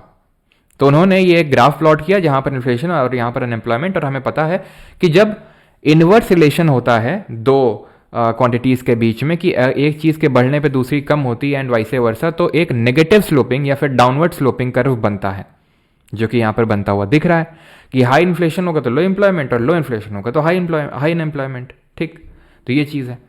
अब होता क्या है कि एक सिचुएशन आती है स्टैगफ्लेशन की, जहां पर फिलिप्स कर्व फेल हो जाता है। स्टैगफ्लेशन क्या होता है? स्टैगफ्लेशन इज इक्वल टू, ये दो वर्ड से मिलकर बना हुआ है कि हमारी इकोनॉमी स्टैगनेंट हो गई है और हमारी इकोनॉमी में इन्फ्लेशन भी हो रखा है। इसको बोलते हैं स्टैगफ्लेशन। स्टैगनेंट से आ गया स्टैग, इन्फ्लेशन से आ गया फ्लेशन। इकोनॉमी स्टैगनेंट है, इसका मतलब है कि इकोनॉमिक डाउनटर्न चल रहा है, उतनी इकोनॉमिक एक्टिविटी हो नहीं रही है, लेकिन इन्फ्लेशन फिर भी है। ऐसी सिचुएशन में इन्फ्लेशन भी ऊपर होता है और अनएम्प्लॉयमेंट भी ऊपर होता है, और यहां पर फिलिप्स कर्व फेल हो जाता है स्टैगफ्लेशन वाली सिचुएशन में। एग्जाम्पल के तौर पे एक तो ग्रेट रिसेशन ऑफ 2007 और 9 का जो यूएसए में आया था, और जो ग्रेट डिप्रेशन है यूएसए का 9 मतलब, और बहुत सारी कंट्रीज इसमें चपेट में आई थी, लेकिन इंडिया बच गया था फॉर्चुनेटली जो ग्रेट रिसेशन था उससे भी। और ग्रेट डिप्रेशन आया था 1929 और 39 के बीच में। अंतर क्या है रिसेशन और डिप्रेशन में? कोई ज़्यादा खासा अंतर है नहीं, बस ये है कि डिप्रेशन जो है थोड़ी सेवियर कंडीशन होती है रिसेशंस के कंपैरिजन में, है ना। मतलब थोड़ा आप ये बोल सकते हो कि हाई डिग्री ऑफ बुखार है, ये थोड़े लेवल का बुखार है। वैसे रिसेशन भी होता है आपका इकोनॉमिक डाउन टर्न, ठीक है। इकोनॉमिक डाउन टर्न का मतलब है कि इकोनॉमिक एक्टिविटी हो नहीं रही है, लोगों की जॉब चली गई है, ये सारी चीज़ें हैं, और इन्फ्लेशन भी हो रखा है। तो ऐसे केस में फिलिप्स कर्व फेल हो जाता है, स्टैगफ्लेशन, स्टैगनेंट प्लस इन्फ्लेशन। यहाँ तक सारी चीज़ें आई होप क्लियर होंगी। अब हम देखते हैं कि ये अनएम्प्लॉयमेंट क्या होता है, बेरोजगारी क्या होती है, ठीक है। और कोई रोएगा नहीं भाई, है। तो unemployment, it refers to a situation where a person actively searches for the job but unable to find the work, ठीक है। और मतलब अभी चलो, मैं अभी एक वीडियो आई थिंक मुझे भेजा था किसी ने, ठीक है, एंड दैट वाज अभी एसएससी जेई जो अभी रिज़ल्ट आया है, उसमें ऑल इंडिया रैंक 1 आई है, ठीक है। तो नहीं हुआ तो मैं वीडियो पोस्ट करूँगा अभी टेलीग्राम पे, तो आप देखिएगा। मतलब वो अपना ही स्टूडेंट है, ठीक है। उसने सच, क्योंकि मैं गूगल फॉर्म वगैरह तो अभी तक भरवाता नहीं हूँ, तो सच पता नहीं चला था मुझे, तो कहीं और प्लेटफॉर्म पे इंटरव्यू में उसने बोला होगा कि मतलब जीके वगैरह पूरी तरह से मैंने परमार सर से ही किया था। तो मतलब वो वेस्ट बंगाल से स्टूडेंट, एंड ही वॉज टैमरिंग। तो मतलब वही मुझे लगा कि लोग कितनी टफ कंडीशंस में भी चीज़ें करके और मतलब पढ़ाई कर रहे हैं और स्ट्रगल कर रहे हैं, टफ फाइट मार रहे हैं, और ऑल इंडिया रैंक 1 लाना, ठीक है। एंड इस कंडीशन में तो काफ़ी एक मतलब वो होता है, मेंटली भले आपको नॉर्मल लग सकता है, लेकिन मेंटली जो होता है ना आप पे काफ़ी वो होता है, प्रेशर होता है, ठीक है। खैर चलो, तो मैं पोस्ट करूँगा, आप देखिएगा, है ना। थोड़ा सा काफ़ी मोटिवेशनल टाइप है इसलिए। सर मिनिस्ट्रीज़ करवा दो सारी एक बार। मिनिस्ट्रीज़ करवाने का मतलब क्या है? कि किस सेंस से? चलो सर इस पर बात ना करो, प्रैक्टिस कर रहा हूँ। चलो कोई नहीं, ये अन हट जाएगा, ठीक है। कुछ टाइम बाद तुम लोग भी एम्प्लॉयड हो जाओगे। तो it refers to situation a person actively searches for the job but unable to find the work, यानी कि वो जॉब का सर्च कर रहा है बट आपको काम मिल नहीं रहा है। अब जैसे फॉर एग्जांपल अगर कोई पर्सन है वेला घूम रहा है अपनी मस्ती में मस्त, ठीक है। अब जैसे फॉर एग्जांपल आईटीएन बाबा है, ठीक है, कुछ काम कर रहे हैं क्या? ऐसा सच नहीं कर रहे हैं, तो उनको अनएम्प्लॉयड बोलोगे? नहीं। क्यों? क्योंकि वो काम देख भी नहीं रहे हैं, उनको ज़रूरत ही नहीं काम की। अगर आप काम लेना चाहते हो, काम करना चाहते हो, इकोनॉमिक एक्टिविटी का हिस्सा बनना चाहते हो, लेकिन तब आपको जॉब नहीं मिल रही है, देन आप अनएम्प्लॉयड हो। NSSO जो है, that is national sample survey organisation, ये 3 मेथड्स यूज़ करता है या फिर 3 अप्रोचेस हैं इसका अनएम्प्लॉयमेंट मेजर करने का। एक तो होता है यूजुअल स्टेटस अप्रोच, ध्यान रखना। यूजुअल स्टेटस अप्रोच में ईयरली ट्रैकिंग करी जाती है कितने लोग अनएम्प्लॉयड हैं, और अभी हम लोग देखेंगे डिफरेंट टाइप्स ऑफ अनएम्प्लॉयमेंट, तो आप देखिएगा कि आप किस में फॉल होते हैं, ठीक है। एक होता है आपका current weekly status approach, current weekly status approach, ठीक है। और तीसरा होता है आपका डेली स्टेटस अप्रोच, ठीक है, डेली स्टेटस अप्रोच। समझ आ गया होगा आपको आई थिंक कि अगर यूजुअल स्टेटस का मतलब है कि ईयरली बेसिस पे ट्रैकिंग हो रही है, तो वीकली का मतलब हो गया वीकली बेसिस पे, और इसका मतलब है कि डेली बेसिस पे ट्रैकिंग हो रही है। इसके अलावा चौथा कुछ नहीं होता है। तो आपसे पूछ ले कि भाई इनमें से क्या है क्या नहीं है, यूजुअली तो ऐसे पूछता है क्या नहीं है, तो आपको ये पता होना चाहिए कि तो यूजुअल स्टेटस अप्रोच होता है, करंट वीकली स्टेटस अप्रोच होता है, और डेली स्टेटस अप्रोच होता है, ठीक है। 3 मेथड्स होते हैं to measure the unemployment by NSSO। अब आते हैं अपने आखिरी टॉपिक पर, that is types of unemployment, कितने तरह की बेरोजगारी होती है। तो उसमें से पहला है स्ट्रक्चरल अनएम्प्लॉयमेंट, हिंदी में बोले तो संरचनात्मक बेरोजगारी। ये कौन सी बेरोजगारी होती है? There is a mismatch between worker skill and availability of job. इसका मतलब ये होता है कि जो स्किल आपके पास है, जो स्किल आपके पास है वो सफिशिएंट नहीं है उस जॉब के लिए। यानी जॉब डिमांड करती है कि आपको, मान लेते हैं कि कंप्यूटर टाइपिंग आनी चाहिए, लेकिन आपको टाइपिंग नहीं आती है, आप स्ट्रक्चरली अनएम्प्लॉयड हैं। जॉब डिमांड करती है आपको कि भाई आपको एक्सेल में काम आना चाहिए, आपको ये चैट जीपीटी और डीप सीक यूज़ करने आना चाहिए, इसका यूज़ करने आना चाहिए, आपको नहीं आता, उसका यूज़ करके कैसे आप एक्सेल और MS पावर पॉइंट पर काम करोगे? तो दैट इज़ आपका स्किल कमज़ोर है, जो स्किल चाहिए। यानी काइंड ऑफ स्किल गैप जब होता है ना, तो आपका स्ट्रक्चरल अनएम्प्लॉयमेंट या फिर संरचनात्मक बेरोजगारी होती है। जैसे फॉर एग्जांपल कब होता है? जब टेक्नोलॉजिकल एडवांसमेंट होते हैं, like machinery replacement and so on, ठीक है। दूसरा है हमारा, इसको हम बाद में देखेंगे, दूसरा है हमारा फ्रिक्शनल अनएम्प्लॉयमेंट। इसको देखना है तो देख सकते हो, एजुकेटेड अनएम्प्लॉयमेंट है ये, उसको हम डिग्री अनएम्प्लॉयमेंट भी बोलते हैं। ये यूजुअली हमें शहरों में देखने को मिलता है, जहाँ पर डिग्री होल्डर्स को भी, जो एजुकेटेड यूथ है उसको एम्प्लॉयमेंट नहीं मिलता है, उसको हम बोलते हैं एजुकेटेड अनएम्प्लॉयमेंट। पढ़े लिखे हैं, पढ़ाई लिखाई है, डिग्री भी है, सब कुछ है, लेकिन फिर भी अनएम्प्लॉयड हैं। ये यूजुअली हमें इंडिया में देखने को मिलता है, और खासकर अर्बन पार्ट में। तीसरा है फ्रिक्शनल अनएम्प्लॉयमेंट, हिंदी में बोले तो घर्षण बेरोजगारी, type of unemployment while searching for a new job. यानी कि आपके पास जॉब तो है, लेकिन आप नई जॉब में स्विच करना चाहते हो। जैसे एग्जाम्पल के तौर पे मैं आपसे बोलूं कि आपका SSC में के थ्रू जॉब लग गया, आपके मेंस में आए हैं 325 नंबर, 325 में आपको जो ASO इन CSS या फिर ASO इन MEA का सपना आपने देखा था वो आपको मिला नहीं, तो वो आपने अभी, ठीक है, टेम्परली आपने क्या किया कि ठीक है ज्वाइन तो कर लिया है, लेकिन आप पढ़ाई किसके लिए कर रहे हैं? या फिर आप पढ़ाई मतलब ज्वाइन कर लिया, लेकिन आपने अभी थोड़ा टाइम के लिए क्या बोलते हैं, लीव ले रखी है, और अभी आप पढ़ाई कर रहे हैं उसके लिए, ASO एंड ME के लिए। फिर आपका सिलेक्शन होता है SSC में, फिर मान लेते हैं आप UPSC की तैयारी करना चाहते हैं, आप लीव में हैं अभी, तो आप अनएम्प्लॉयड हैं। लेकिन वो अनएम्प्लॉय, या फिर अपनी जॉब से आपने रिज़ाइन दे दिया कि मुझे इसलिए दे दिया क्योंकि अब मुझे जॉब अच्छी नहीं लग रही, मैं दूसरे में जाऊँगा। तो ऐसा नहीं है कि आपको जॉब मिल नहीं सकती है, फिर है नहीं आपके पास है, लेकिन आप बेटर प्रॉस्पेक्ट्स के लिए जॉब जब स्विच करते हैं एक जॉब से दूसरे जॉब में, तो वो जो बीच का टाइम होता है उसको बोलते हैं frictional unemployment, also known as search unemployment. Because आप नई जॉब की सर्च में हैं, इसलिए आप अनएम्प्लॉयड हैं। वैसे तो आप चाहें तो आपको काम मिल सकता है कुछ भी, लेकिन आप नई जॉब की सर्च में हैं, ठीक है। डिसगाइज्ड अनएम्प्लॉयमेंट, हिंदी में बोले तो प्रच्छन्न बेरोजगारी, ये होता है, इसको हम हिडन अनएम्प्लॉयमेंट बोलते हैं, जहां पर है छिपी हुई बेरोजगारी। When some people seem to be employed but are not, यानी कि जहां पर ऐसा लगता है कि एम्प्लॉयड हैं लोग, लेकिन एक्चुअल में वो एम्प्लॉयड नहीं है। क्यों? क्योंकि वो कुछ, उनकी जो मार्जिनल प्रोडक्टिविटी है वो ज़ीरो है। मार्जिनल प्रोडक्टिविटी ज़ीरो है, इसका मतलब ये होता है कि वो बंदा कुछ भी ऐसा प्रोडक्टिव नहीं कर रहा है, कुछ भी एड ऑन नहीं कर रहा है। ये हमें एग्रीकल्चर सेक्टर में देखने को मिलता है। मेनली इंडिया के एग्रीकल्चर सेक्टर में क्या होता है कि पता चला फैमिली में 8 लोग हैं और 8 के 8 एक छोटी सी ज़मीन है उनके पास, या मान लेते हैं 6 लोग हैं, इस छोटी सी ज़मीन पे काम कर रहे हैं। ठीक, छोटी सी ज़मीन पे काम कर रहे हैं और मान लेते हैं कि 1 क्विंटल जो है गेहूं यहाँ से वीट प्रोड्यूस करते हैं। ये बताइए जरा, मैंने बोला 1 क्विंटल गेहूं प्रोड्यूस करते हैं, ये फ्लो कॉन्सेप्ट हुआ या स्टॉक कॉन्सेप्ट हुआ? कमेंट करके बताओ जल्दी से। तो 1 क्विंटल गेहूं प्रोड्यूस करते हैं ये, ठीक है, और मैंने किया क्या कि मैंने इन दोनों को हटा दिया, तो भी इस फील्ड से 1 क्विंटल गेहूं ही प्रोड्यूस हो रहा है। इसका मतलब ये जो दोनों थे, ठीक है, ये, और फिर मैंने इसको हटा दिया तो क्या हुआ कि 1 क्विंटल से थोड़ा कम हो गया। तो मैं ये जान गया कि भाई ये जो दोनों थे ना, ये लग तो रहा था कि काम कर रहे हैं, लेकिन एक्चुअल में कर नहीं रहे हैं, क्योंकि इनकी वजह से प्रोडक्टिविटी में कुछ अंतर आया नहीं है।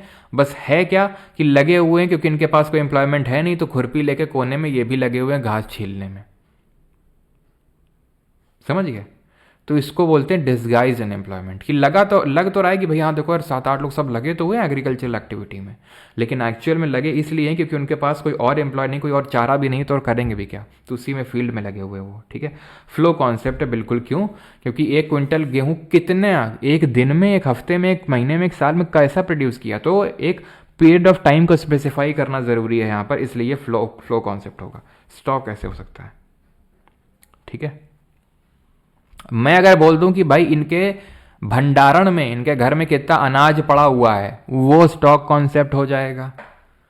भाई वो बोलेंगे 1 टन। अब चाहे एक दिन में, एक महीने में, उससे थोड़ी फर्क पड़ता है, मुझे फर्क नहीं पड़ता, ठीक है, कि कितने टाइम में डिपॉजिट किया, फर्क तो इस बात से पड़ता है कि कितना है, तो स्टॉक होगा ये, कि कितना उनके पास भंडारण है, लेकिन कितना प्रोड्यूस किया है वो फ्लो कॉन्सेप्ट होगा। ठीक है, क्लियर? कुछ और ही काम कर रहे हैं हाँ, वो कुछ और भी काम कर सकते हैं, हो सकता है खेत में लगे हों, लेकिन खेत में झाड़ी के पीछे जाके झाड़ी साफ कर रहे हो, मतलब वो झाड़ी खुरपी लेके, झाड़ी बहुत लग जाती है ना जब, तो आपने देखा हो खेत में, तो वो झाड़ साफ कर रहे हैं, तो ये भी हो सकता है। तो इसको भी मार्जिनल डिस्गाइज अनएम्प्लॉयमेंट बोलेंगे। साइक्लिकल अनएम्प्लॉयमेंट पे आते हैं, तो ये अनएम्प्लॉयमेंट वो होता है जो लोग साइकिल बहुत चलाते हैं, तो वो जब अनएम्प्लॉयमेंट हो जाते हैं तो उसको साइक्लिकल अनएम्प्लॉयमेंट बोलते हैं, मतलब। ठीक है, तो एजुकेशन हिट्स डिफरेंट बिकॉज हम इस कैटेगरी में फॉल करते हैं। ओके, कोई यहाँ पे फ्रिक्शनली अनएम्प्लॉयड भी है? क्यों भाई?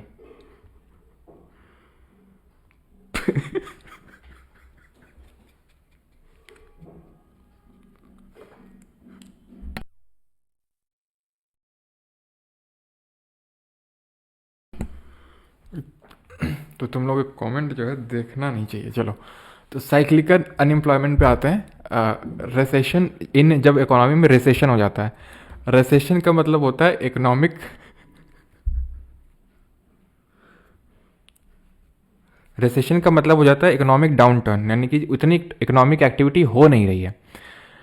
अब साइक्लिकल अनएम्प्लॉयमेंट का मतलब ये होता है कि साइकिल आती है एक, जैसे 2008-9 में रिसेशन आया था, अभी कोविड के टाइम पे रिसेशन आया था, तो ऐसे साइकिल आती है रिसेशन की। जैसे हो सकता है कि 2030 में आ जाए, तो होता है इस टाइम पे ये है जब रिसेशन आता है कि जहाँ जहाँ पे रिसेशन आता है, जो भी कंट्रीज इफेक्ट होती हैं ओवरऑल, क्योंकि अब हमारी इकोनॉमी ग्लोबलाइज्ड है, तो हर जगह लोगों की जो जॉब है वो चली जाती है, तो उस टाइम पे जो आप अनएम्प्लॉयड हैं उसको बोलते हैं साइक्लिकल अनएम्प्लॉयमेंट। समझ आएगा? मैं आपको फिर से समझाता हूँ कि जब यूजुअली रिसेशन में हमें देखने को मिलता है, जब इकोनॉमिक डाउनटर्न आता है, जैसे कोविड के टाइम पे सबकी जॉब चली गई क्योंकि इकोनॉमिक डाउनटर्न चल रहा था इकोनॉमी का, तो इसलिए उसको हम बोलेंगे साइक्लिकल अनएम्प्लॉयमेंट। और इसके बाद फिर से सबकी जॉब लग गई, फिर पता चला 10 साल बाद फिर एक बड़ा रिसेशन आया, सबकी जॉब चली गई, तो साइक्लिकल अनएम्प्लॉयमेंट रिसेशन के टाइम पे। ठीक, इसी का एक सब टाइप हम बोल सकते हैं, that is seasonal unemployment. Seasonal unemployment का मतलब ये होता है, ये भी हमें रूरल इंडिया में मेनली देखने को मिलता है, ये भी खासकर एग्रीकल्चर सेक्टर में देखने को मिलता है कि एक पार्ट ऑफ टाइम पे तो आपको आप एम्प्लॉयड होते हैं, लेकिन एक पार्ट ऑफ ईयर में आप अनएम्प्लॉयड होते हैं। जैसे मान लेते हैं कि जो दिवाली के जो दिए बनाते हैं कुम्हार, तो उनको दिवाली के टाइम पे एम्प्लॉयड हैं, उसके बाद अनएम्प्लॉयड। झालर लगाते हैं, जो लाइट लगाते हैं, झालर बनाते हैं, दिवाली आई तो एम्प्लॉयड है, फिर अनएम्प्लॉयड है। होली के टाइम पे जो कलर्स वगैरह बनाते हैं एम्प्लॉयड हैं, बाकी फिर अनएम्प्लॉयड हैं। समझ रहे हैं आप? तो एक टाइम पे एम्प्लॉयड है, फिर अनएम्प्लॉयड। जैसे कि खेती के टाइम पे, ठीक है, अब खेती में मान लेते हैं लेबर्स हैं, वो खेती बाड़ी में काम करते हैं, तो जब बुआई के समय होता है तब काम कर रहे हैं, कटाई के समय, हार्वेस्टिंग के टाइम पे तब काम कर रहे हैं, बीच में वो अनएम्प्लॉयड हैं। तो इसको बोलते हैं सीजनल अनएम्प्लॉयमेंट, कि एक सीजन के बेसिस पे होता है। कुछ भी आप कंसिडर कर सकते हो जो सीजनल टाइप होता है, जो टेम्प्रेरी टाइप होता है, ठीक है, उसको सीजनल बोलते हैं।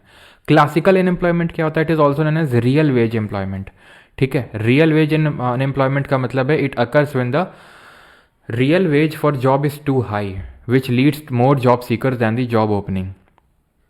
अब मान लेते हैं कि भाई बोला कि 1 लाख जॉब निकली, 1 लाख हम सैलरी देंगे, ठीक है। उसके पास रिसोर्सेज जो आपको सैलरी दे रहा है, नहीं आपका एम्प्लॉई फैक्ट्री वाला, उसके पास 10 लाख रुपए हैं, तो वो सिर्फ 10 ही लोगों को तो जॉब दे सकता है। लेकिन अगर वही बोले कि 10,000 रुपये है, 10,000 रुपये मैं दूंगा महीने का, तो वो 100 लोगों को भी जॉब दे सकता है कि नहीं, ठीक है। सॉरी, 10,000 रुपये अगर देगा महीने का तो 10 लाख हैं, तो बिल्कुल 100 लोगों को नौकरी दे सकता है, ठीक है। तो जब ये क्लासिकल अनएम्प्लॉयमेंट वो होता है जब रियल वेज बहुत ज़्यादा हाई हो जाते हैं तो सबको जॉब नहीं मिल सकती है, तो वो क्लासिकल है। नेचुरल अनएम्प्लॉयमेंट होता है, it refers to the lowest unemployment level a healthy economy can sustain without causing inflation, ठीक है। बिना इन्फ्लेशन कॉज किए हुए जितना हेल्दी, जो भी हेल्दी इकोनॉमी होता है, जितना भी वो लोवेस्ट अनएम्प्लॉयमेंट रिटेन कर सकती है, जितना वो कर सकती है लोवेस्ट अनएम्प्लॉयमेंट बिना इन्फ्लेशन, मतलब बिना इन्फ्लेशन का में कोई इफेक्ट डाले, उसको नेचुरल अनएम्प्लॉयमेंट बोलते हैं, ठीक है। अब आते हैं मार्जिनल और मेन वर्कर कौन होते हैं, और ये, ठीक है, और ये कैजुअल वर्कर कौन होता है, ठीक है। तो मार्जिनल और मेन वर्कर ये होते हैं, देखो मार्जिनल वो होते हैं हु आर एम्प्लॉयड। 3 तरह के हम बोल सकते हैं, एक तो अनएम्प्लॉयड वर्कर, ठीक है, कि भाई वो तो बिल्कुल ही उसको एम्प्लॉयमेंट नहीं है। मार्जिनल वो होता है हु इज एम्प्लॉयड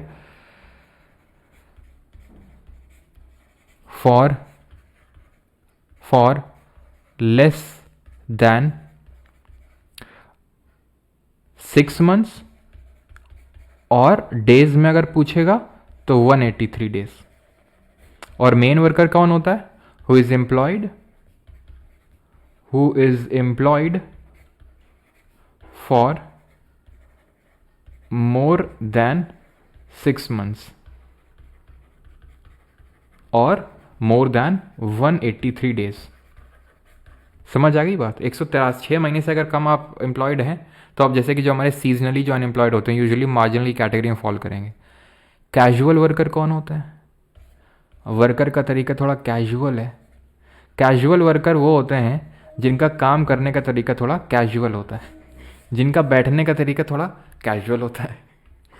तो कैजुअल वर्कर वो होते हैं जो कि एज अ कॉन्ट्रैक्ट बेसिस पे वर्क कर रहे हैं। जैसे कि आप मेरे पास आए, सर हमें जॉब की नीड है, सर कुछ काम दे दीजिए सर। तो हमने कहा कि बेटा ऐसा करो, एप्लीकेशन पे ये कुछ क्वेश्चन हैं अपलोड कर दो तुम, ठीक है, और हम तुम्हें इतना रुपए देंगे।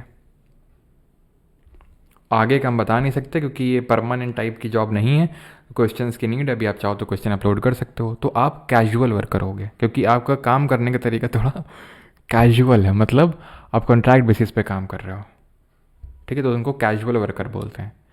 ऑर्गेनाइज्ड और अनऑर्गेनाइज ये सेक्टर क्या होता है इकोनॉमी का? ऑर्गेनाइज्ड अनऑर्गेनाइज का मतलब होता है, देखिए जैसे आपने देखा होगा जिनका पढ़ाने का तरीका थोड़ा कैजुअल हो, कैजुअल टीचर है जी।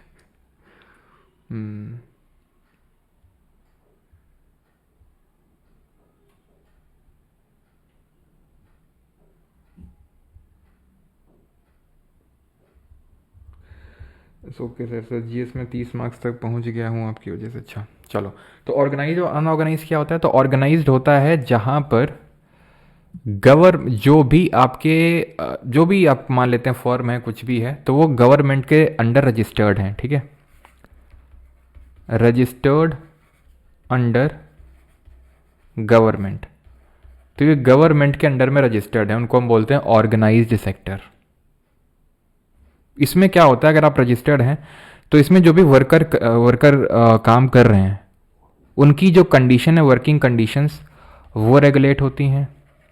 वर्किंग आवर्स वो रेगुलेट होते हैं कि भाई इतने ज़्यादा घंटे से काम नहीं कर सकते हैं। उनको सोशल सिक्योरिटी मिलती है कि कभी ऐसे जॉब से रैंडम नहीं हटाया जा सकता कि आज तुम कल से जॉब पे मत आना, है ना। और जो भी काम दे रहा है तो उसको कुछ ना कुछ सोशल सिक्योरिटी प्रोवाइड करके रखना है कि भाई जब काम छोड़ेगा तो उसको इतना पैसा देना है, वो सारी चीज़ें। अनऑर्गेनाइज जो होता है, इट इज़ अनरजिस्टर्ड और unregulated unregulated by government. Government regulate नहीं करती है, क्यों? क्योंकि उसके अंडर रेगुलेशन में आते नहीं। जैसे मान लेते हैं कि किराने की दुकान है, तो किराने की दुकान पे बच्चे से आप 12 घंटे भी काम करवा सकते हो, ठीक है। क्या सोशल सिक्योरिटी कुछ होती है उनकी? कुछ नहीं होती है, क्योंकि गवर्नमेंट रेगुलेट नहीं कर रही उसको। और इंडिया, ठीक है, मान लो कि पानी बताशिया आले में जो रेडी कोई लगा रहा है, उसको बोला है किसी ने ठेलिया लेके जाओ सुबह से और रात में आना, तो कोई रेगुलेट कर रहा है? उसको नहीं कर रहा है। तो यहाँ पे आप ये समझ लो कि जो 90% हमारा वर्किंग क्लास है, जो लेबर फोर्स है, वो आपका ऑर्गेनाइज्ड अनऑर्गेनाइज सेक्टर में ही काम करता है। ऑर्गेनाइज में तो सिर्फ 10% या उससे कम है। कुछ वन लाइनर है, ध्यान रखना। भगवती कमेटी, मतलब खत्म हो गया हमारा टॉपिक। अब किसी कोई डाउट होगा तो पूछ लेगा। जो भगवती कमेटी है 1973 की, presented a report on unemployment. The committee was officially named the task force on employment and income distribution. तो ध्यान रखना, ये भगवती कमेटी कौन सी कमेटी है? आपसे पूछ लेगा डायरेक्टली, कब बनी थी, किस पे थी? तो 1973 में बनी थी, अनएम्प्लॉयमेंट पे बनी थी, ठीक है। एमजी नरेगा क्या करता है? ये एक स्कीम है, आपको पता है, Mahatma Gandhi national rural employment guarantee act. ये 100 डेज ऑफ एम्प्लॉयमेंट प्रोवाइड करता है। किस तरह का ये एम्प्लॉयमेंट होगा? ये अनस्किल्ड मैनुअल वर्क होगा। अनस्किल्ड, जहाँ पर आपको कोई स्किल की ज़रूरत नहीं, फावड़ा लेके आओ, गड्ढा खोद दो और फिर एम्प्लॉयमेंट चाहिए तो गड्ढा भर दो, खत्म। गड्ढा खोद दो, गड्ढा भर दो, अनस्किल्ड मैनुअल वर्क, ठीक है। Unskilled manual work to an adult member of a rural household. ये पहले नरेगा के तौर पे लॉन्च हुआ था, national rural employment guarantee act. कब लॉन्च हुआ था? ये 2005 में ये एक्ट आया था, ध्यान रखना, ये एक्ट आया था, ठीक है। और ये लागू कब हुआ था? नहीं, एनफोर्स कब हुआ था? ये लागू, ठीक है। ये कब हुआ था? ये लागू हुआ था 2006 में। और अगर आपसे पूछे ये नरेगा से एमजी नरेगा कब बना था, ठीक है, तो ये ध्यान रखिएगा, ये बना था 2 अक्टूबर, गांधी जयंती के दिन ही, 2 अक्टूबर 2009, ये ध्यान रखिएगा। According to recent studies in India, the majority of unemployed people are at the secondary education and above level. ये थोड़ा ध्यान रखिएगा, ठीक है। सेकेंडरी एजुकेशन या उसके अबव लेवल में इंडिया में ज़्यादातर लोग अनएम्प्लॉयड हैं। एंड आज का लेक्चर होता है हमारा यहाँ पर ख़त्म। अब हम क्वेश्चंस भी करेंगे, क्योंकि आज हमारे पास टाइम है, तो हम क्वेश्चंस भी करेंगे, ठीक है। सर एएसओ एंड एमईए के लिए कितना नंबर चाहिए? तो भाई आप टारगेट करो 345 प्लस, ठीक है, 345 प्लस टारगेट करो, एकदम बिल्कुल सेफ होना है। तो मतलब इस जिस हिसाब से अभी इस बार पेपर आया है उस हिसाब से मैं बता रहा हूँ। बाकी वैकेंसीज़ पे भी काफ़ी हद तक डिपेंड करता है, पेपर लेवल पे भी। तो ये बैच जिनको भी एनरोल करना है तो आप एप्लीकेशन से एनरोल कर सकते हैं। इसी के अंदर आपको इंग्लिश का बैच ही मिल जाएगा, जिसकी फ़ीस अभी बढ़ने वाली है। तो ये आखिरी रिमाइंडर है आपके लिए, ठीक है। आपको अलग से एनरोल नहीं करना है इंग्लिश में। अगर आप इसमें एनरोल्ड हैं जीके बैच 3.0 में, तो इंग्लिश में अलग से करना चाहते हैं तो जैसे मैंने बताया, प्राइस 199 हो जाएगा, ठीक है। तो ये लास्ट ऑफर है आपके लिए, लास्ट दिन आप बोल सकते हो। और इसका डेमो क्लास अवेलेबल है, पीएसपी सर इसकी क्लास लेते हैं। ऑलराइट, चलिए अभी क्वेश्चंस प्रैक्टिस कर लेते हैं और उसके बाद हम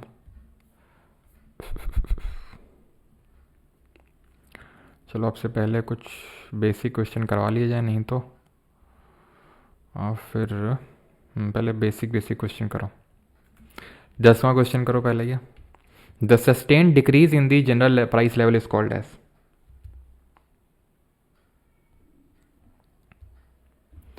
क्या बोलेंगे? सस्टेन्ड इंक्रीज को तो इन्फ्लेशन बोलते हैं, ठीक है।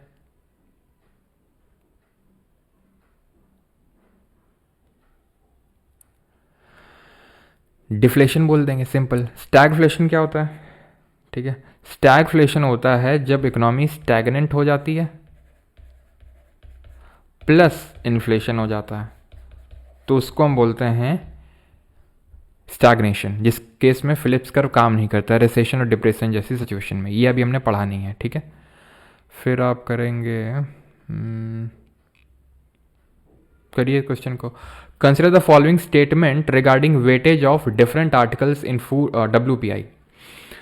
Now what we learn about WPI was that इसको होलसेल लेवल पे चेक किया जाता है, यानी कि थोक में जो माल खरीदते हैं उस लेवल पे, थोक लेवल पे जिस लेवल पे माल बिकता है।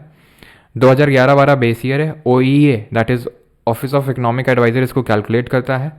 एंड इसमें मैन्युफैक्चर्ड गुड को सबसे ज़्यादा वेटेज दिया जाता है। Fuel and power have higher weightage in WPI than that of primary article. नहीं, प्राइमरी आर्टिकल्स का ज़्यादा वेटेज होता है, हमने देखा था। Fuel and power comparison percentage मत याद रखो, लेकिन वो याद करो कि पहला, दूसरा, तीसरे पे कौन है। Weightage of manufactured products in WPI is higher than that of, बिल्कुल उसका तो हाईएस्ट है, मैन्युफैक्चर्ड प्रोडक्ट का तो हाईएस्ट है। CPI में किसका हाईएस्ट है? CPI में हाईएस्ट है फूड एंड बेवरेजेस का। इसमें सर्विसेज कैप्चर नहीं होती हैं, CPI में सर्विसेज कैप्चर होती हैं। कैजुअल वर्कर पे क्वेश्चन आ चुका है। तो कैजुअल वर्कर पे क्वेश्चन ये रहा आपका, all casual worker are entitled for employees provident fund coverage, all casual worker are entitled for regular working hours and overtime payment, the government can by a notification specify that an establishment or industry shall pay wages only through its bank account। करो भाई, casual worker.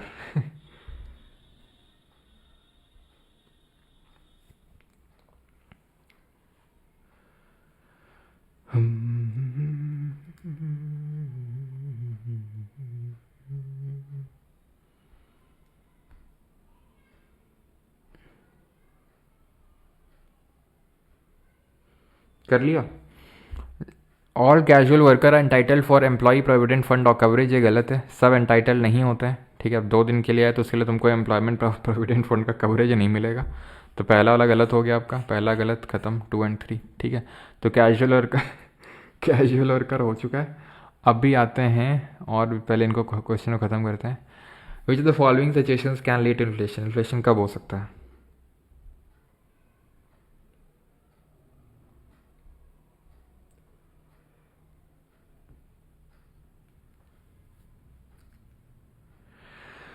Rapid growth of aggregate demand outwing supply, demand ज़्यादा है, supply कम है, बिल्कुल।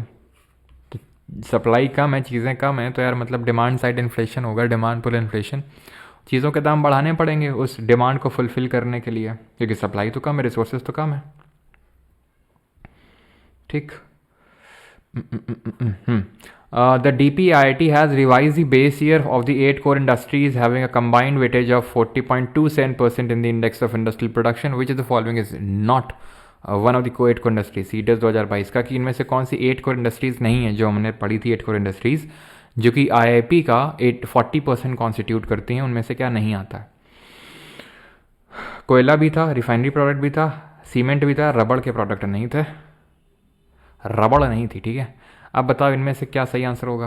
वैसे तो यार मैंने अभी आपको एक ही कर्व पढ़ाया and that is this one. ये भी पढ़ेंगे, ये भी पढ़ेंगे, ये भी पढ़ेंगे, सब पढ़ेंगे, लेकिन आगे पढ़ेंगे। ठीक है, तो फिलिप्स कर्व के बेसिस पे क्या आप इसको कर सकते हैं? Phillips curve is this option first. ठीक है, तो ये 1 में आएगा, बी का 1, 2 ऑप्शन तो एलिमिनेट हो ही गए कम से कम, और सी का तो 4 होना ही होना है। लाफर कर्व होता है टैक्स रेट, टैक्स रेवेन्यू। ठीक है, तो ये हम देखेंगे, पढ़ेंगे इसके बारे में। और लॉरेंस आपका इनइक्वालिटी कर्व होता है, ये हम आगे पढ़ेंगे। The situation in economy which is growing slowly, और कल के लेक्चर मिस मत करना। ठीक है, कल बजट पढ़ेंगे। ठीक है, और कल बजट पढ़ने के बाद मुझे पता है ये वाला वीक थोड़ा हैवी हो गया था इकोनॉमिक्स पर्सपेक्टिव से, कल वाला लेक्चर भी हैवी था, और कल वाला यानी कि जो कल था नेशनल इनकम वाला वो हो गया था, और जो कल आएगा वो भी थोड़ा सा हैवी लग सकता है आपको। ठीक है, उतना होगा तो नहीं, लेकिन थोड़ा सा लग सकता है, तो इसीलिए आप कल का लेक्चर करेंगे। उसके बाद आपको 3 दिन का ब्रेक दे दूंगा। वैसे तो कल फ्राइडे है, 2 दिन का तो मिलता ही है, लेकिन आपको 3 दिन का दे दूंगा, सो दैट आप सारी चीज़ें रिवाइज कर सकें और मैं क्रिकेट खेल सकूं। ठीक है, तो 3 दिन का आपको ब्रेक मिल जाएगा, और उस 3 दिन में आप पूरा रिवाइज कर लेंगे। देन हम अगले वीक से अपना एक अलग कंपोनेंट शुरू करेंगे, दूसरा, that would be money and banking. ठीक है, the situation in economy which is growing slowly along with rapid inflation, तो वो कौन सी सिचुएशन होती है जहाँ पर स्लोली ग्रो कर रही है, इन्फ्लेशन तगड़ा है, स्टैगफ्लेशन। अगला क्वेश्चन करिए। The mismatch in the regional और occupational pattern of job vacancies and the pattern of worker availability results in, बताओ जल्दी से।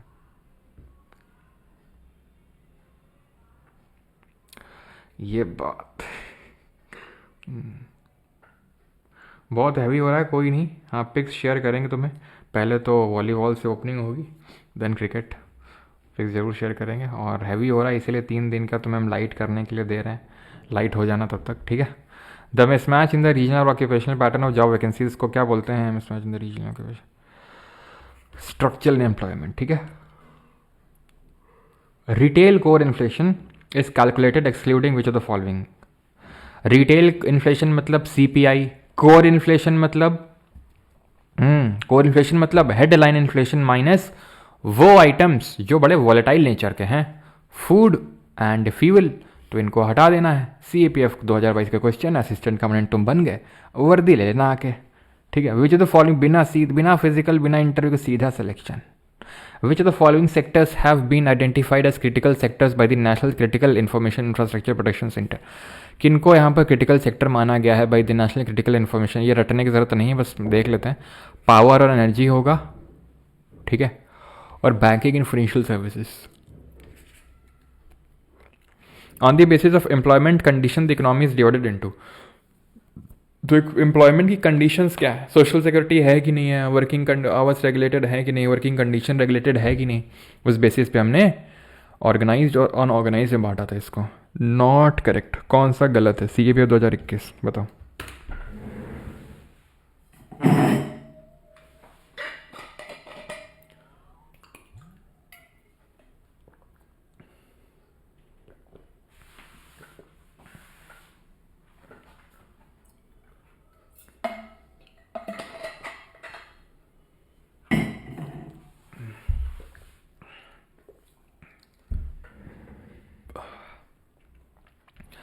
When the economy grows slowly than its potential, the unemployment rate rises. When the economy grows slowly, then the potential, बिल्कुल सही है। अगर economy नहीं grow करेगी तो फिर अनएम्प्लॉयमेंट घटेगा। जरा भैया बताओ कि जो पोटेंशियल GDP होता है, ठीक है, और जो एक्चुअल GDP है, उसके डिफरेंस को क्या बोलते हैं? कल पढ़ाए थे ना जब क्वेश्चन MCQ करे थे बैच में। Structural unemployment occurs when jobs are eliminated by changes in demand for particular goods और ड्यू टू ऑटोमेशन। चीज़ें ऑटोमेट हो गई हैं, तो इस वजह से बिल्कुल सही है। Recession in the economy leads to cyclical unemployment. देखा था हमने साइक्लिकल अनएम्प्लॉयमेंट कब होता है? जब रिसेशन आ जाता है इकोनॉमी में। तो बच गया कौन? यही at full employment the measured unemployment rate is negative, ये गलत हो जाएगा, ये पॉजिटिव होता है, ठीक। तो ये आपका गलत हो जाएगा, ऑप्शन नंबर डी एलिमिनेशन से आप कर सकते थे इसको। और कोई क्वेश्चन बचा है? ये वाला बचा था। WPI has increase in India. 2021-22 में WPI बढ़ा है, उसके कारण क्या है? Sharp increase in international price of crude oil, कच्चे तेल की कीमतों में बढ़ा तीव्र वृद्धि, बिल्कुल सही है। Decrease in economic activity post Covid, disruption of global supply chain, high freight cost, यानी 1, 3, 4 ऑप्शन नंबर बी आंसर होगा, ठीक है। ये एक आखिरी सवाल कर लो, उसके बाद SSC वाले क्वेश्चंस करेंगे, ठीक है। CTS 2024 का क्वेश्चन इसी बार का अच्छा क्वेश्चन है।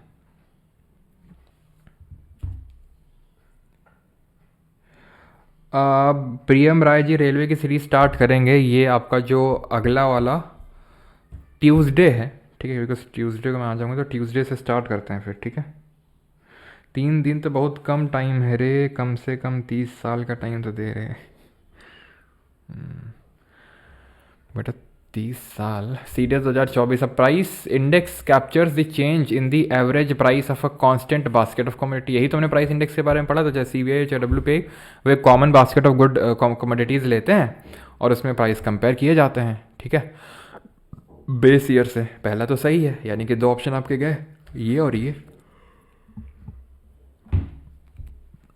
If the price index takes the value 100, 110, 121 in 3 consecutive years respectively, then the inflation rate in the second and third year are 10% and 20%। तो इन्फ्लेशन रेट निकालने के लिए हम इस साल और पिछले साल, इस साल और पिछले साल का डिफरेंस निकालेंगे प्राइस इंडेक्स का, डिवाइड कर देंगे बेस ईयर से। जैसे फॉर एग्जांपल पहले से दूसरे साल में हो गया 110, 110 पहले साल कितना था? 100 था, ठीक है। और जो बेस वाला होता है वो नीचे लिखते हैं, ये हमने देखा था, ठीक है। जो बेस ईयर वाला होता है उसको नीचे लिखते हैं, इंटू 100 कर देते हैं। कितना आएगा? 10% आएगा, 10% आ जाएगा, 10%, सही है।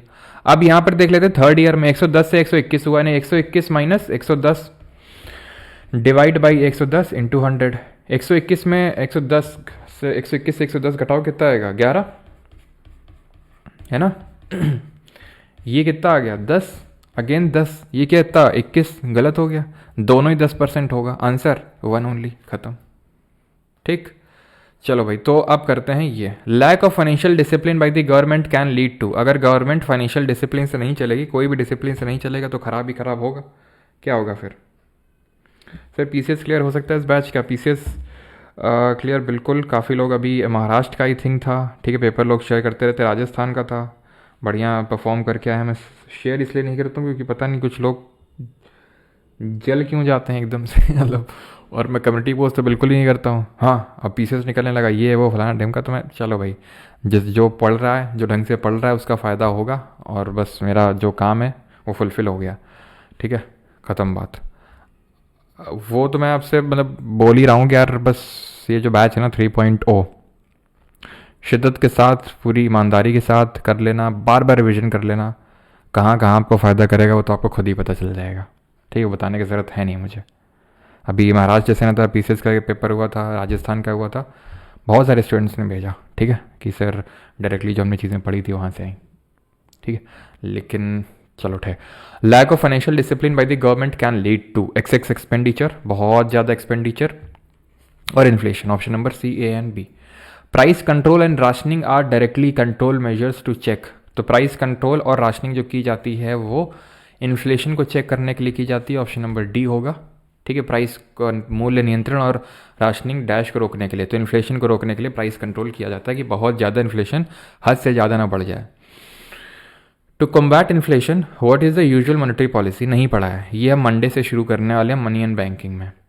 Which of the following statement is true regarding disinflation, तो डिसइन्फ्लेशन के संबंध में कौन सा स्टेटमेंट सही है। तो it is a scenario where when inflation is mainly due to inflation of only a few commodities and not all commodities. ऐसा नहीं है, इसको थोड़ा कोर इन्फ्लेशन से रिलेट कर सकते हो। ये कोर इन्फ्लेशन वो होता है जहाँ पर हम हेडलाइन इन्फ्लेशन से वो प्रोडक्ट्स को, कमोडिटीज़ को हटा देते हैं जो बड़े वॉलेटाइल नेचर की होती हैं। An overall decrease in prices over a specific period, इसको तो बोलते हैं डिफ्लेशन। अब वो पूछ क्या रहा है, disinflation. A decrease in the rate of inflation in a specific period, ये है आपका। A sustained rise in the general price level in economy, इसको क्या बोलते हैं, sustained rise in the general price level, इसको बोलते हैं inflation. Option number B. If there is a lack of money supply in comparison to the supply of goods and services then the possible consequence would B. अगर money supply का lack हो जाए, ठीक है, और सप्लाई ऑफ गुड बढ़ जाए तो क्या होगा, तो हाइपर इन्फ्लेशन, डिफ्लेशन, डिवैल्यूएशन, फिर इन्फ्लेशन।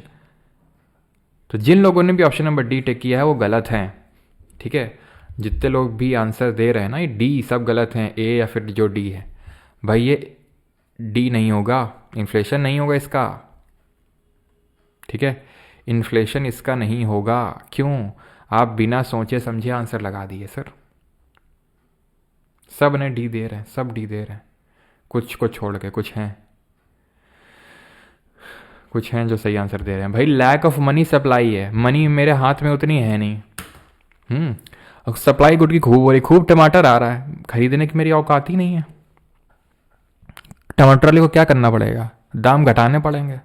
अब मेरे पास 10 रुपये हैं और तुम 15 रुपये किलो का टमाटर बेच रहे हो, मैं नहीं खरीदूंगी ना, सबके पास 10 ही रुपये है ही नहीं किसी के पास, तो तुमको 10 रुपये करना ही पड़ेगा, नहीं खरीदेगा ही नहीं कोई। तो इसको क्या बोलेंगे कि दाम घट गए, दाम घट गया मतलब डिफ्लेशन। ऐसा नहीं कि इन्फ्लेशन टॉपिक चल रहा है तो डिफ्लेशन आंसर नहीं होगा, उल्टा है ना ये, डिमांड साइड इन्फ्लेशन, याद करो यही था। डिमांड साइड इन्फ्लेशन में था टू मैनी डॉलर्स और too many rupee chasing very few good, उसका उल्टा है ना ये। यहाँ पर डॉलर यानी मनी कम है लेकिन गुड्स ज़्यादा है, तो deflation. In India inflation is measured by, तो इन्फ्लेशन कौन मेजर, किससे मेजर किया जाता है इन्फ्लेशन, तो जो हमारी आरबीआई है वो सीपीआई का यूज़ करती है इन्फ्लेशन को मेजर करने के लिए, कंज्यूमर प्राइस इंडेक्स मैंने आपको बताया था, और इसी को यूज़ करती है अपनी मॉनेटरी पॉलिसी को लाने के लिए। क्या मॉनेटरी पॉलिसीज़ होती है मंडे क्लास में पढ़ेंगे, वहाँ से हमारा एक अगला अध्याय शुरू होगा और अगले वीक खत्म हो जाएगी आपकी economics. The period of high inflation, low economic growth and high unemployment, inflation तगड़ा है, अनएम्प्लॉयमेंट भी तगड़ा है, stagflation, stagnation plus inflation is equal to stagflation. Option number B. Which measure is the Reserve Bank most likely to take to combat inflation in the economy? Increase repo rate, नहीं किया अभी, ठीक है, वैसे तो आराम से कर सकते हैं लेकिन अभी चलो ये क्वेश्चन आपके उसके हैं, ठीक है। अब अनएम्प्लॉयमेंट वाले क्वेश्चंस लेते हैं। Which of the following types of unemployment is found in India when people are employed for a certain period of a year in tourist resorts and various tourism related activities in the mountain regions but are unemployed in off season? Season के time पे employment है, off season में employment नहीं है, seasonal unemployment. Option number C. Cyclical कब होता है? जब रेसेशन होता है। डिस्गाइज्ड कब होता है? जब हमें एग्रीकल्चर में मेनली देखने को मिलता है कि लोग लगे तो हुए हैं खुरपी लेके, लेकिन एक्चुअल में उनकी मार्जिनल प्रोडक्टिविटी जीरो है। ठीक है। Which of the following options is the most appropriate cause for the unemployment in India? तो मोस्ट अप्रोप्रिएट कॉज क्या हो सकता है अनएम्प्लॉयमेंट का भारत में? सीजीएल 2024। बहुत ज़्यादा जनसंख्या है, बहुत अच्छी एजुकेशन है, बहुत अच्छी एनवायरनमेंट कंडीशन है, बहुत लेबर फोर्स की कमी है। भाई लेबर फोर्स की कमी है तो इसका अनएम्प्लॉयमेंट से क्या लेने देना? लेबर फोर्स की कमी है तो इसका लेना इससे दिक्कत तो इंडस्ट्री वालों को होगी ना, जो इंडस्ट्री चला रहे हैं उनको दिक्कत होगी। अनएम्प्लॉयमेंट की दिक्कत एजुकेशन से थोड़ी ना हो सकती है कि भाई तुम एजुकेशन दोगे तो अनएम्प्लॉयमेंट होगी, या फिर एनवायरनमेंट अच्छा है तो अनएम्प्लॉयमेंट होगा। ओवर पॉपुलेशन, ठीक है, जनसंख्या ज़्यादा है। Which of the following statements is correct about the composition of the agriculture sector and employment in GDP post-independence? The proportion of GDP contributed by the agriculture sector declined significant, but not the employment depending on the agriculture sector. यानी कि contribution तो GDP का कम हुआ, contribution GDP में agriculture का, लेकिन जितने लोग employed हैं वो उतना कम नहीं हुआ। The proportion of employment has declined significantly, but not the share of agriculture in GDP. ये तो गलत है, पहला ही सही होगा। आप सभी इसको बड़ी आसानी से कर सकते हैं, बिकॉज हमने पहली लेक्चर में पढ़ा था इसके बारे में कि हमारा 2011-12 के भी आंकड़े लें तो जीडीपी में जो कंट्रीब्यूशन है एग्रीकल्चर सेक्टर का वो सबसे कम है, सबसे कम कंट्रीब्यूशन है। वहीं पे एम्प्लॉयमेंट जो है वो सबसे ज़्यादा है। कहाँ पे? जो आपका क्या बोलते हैं, जो एम्प्लॉयमेंट सबसे ज़्यादा है जी एग्रीकल्चर सेक्टर में, और कंट्रीब्यूशन कम है सबसे जीडीपी में। What is the empirically fitted relationship between the rate of change of money, wage and rate of unemployment are known as? तो कौन सा कर्व है जो मनी, वेज और रेट ऑफ अनएम्प्लॉयमेंट के बारे में बताता है? जल्दी से बताइए। हाँ जी, तो कौन सा कर्व हमने पढ़ा था? जल्दी से बताओ भैया। फिलिप्स कर्व है, या फिर बाउमोल की हाइपोथेसिस है, या फिर फ्रेडमैन का मॉडल है, या फिर केनेशियन मॉडल है? तो कौन सा मॉडल हमने पढ़ा था? तो हमने मॉडल पढ़ा था फिलिप्स कर्व का। ठीक है, तो ऑप्शन नंबर ए यहाँ पर सही आंसर हो जाएगा। ठीक है, अगला है which of the following sectors in India faces seasonal unemployment? तो कहाँ पर सीजनल अनएम्प्लॉयमेंट है? तो ये इंडिया के मैन्युफैक्चरिंग में, आईटी में, मेडिकल में नहीं, एग्रीकल्चर में है। Which of the following types of unemployment is found in India when people are employed for a certain period of year in tourist resorts? वही सेम चीज़ हो जाएगा, seasonal. 31 in India, what type of unemployment is created due to lack of employable skills among the educated youth in India? तो अब आप इसमें ये, चलो पहले तो करो इसका आंसर बताओ, और क्वेश्चन नंबर लिख के आंसर बताना, ऐसे नहीं कि बस रैंडम।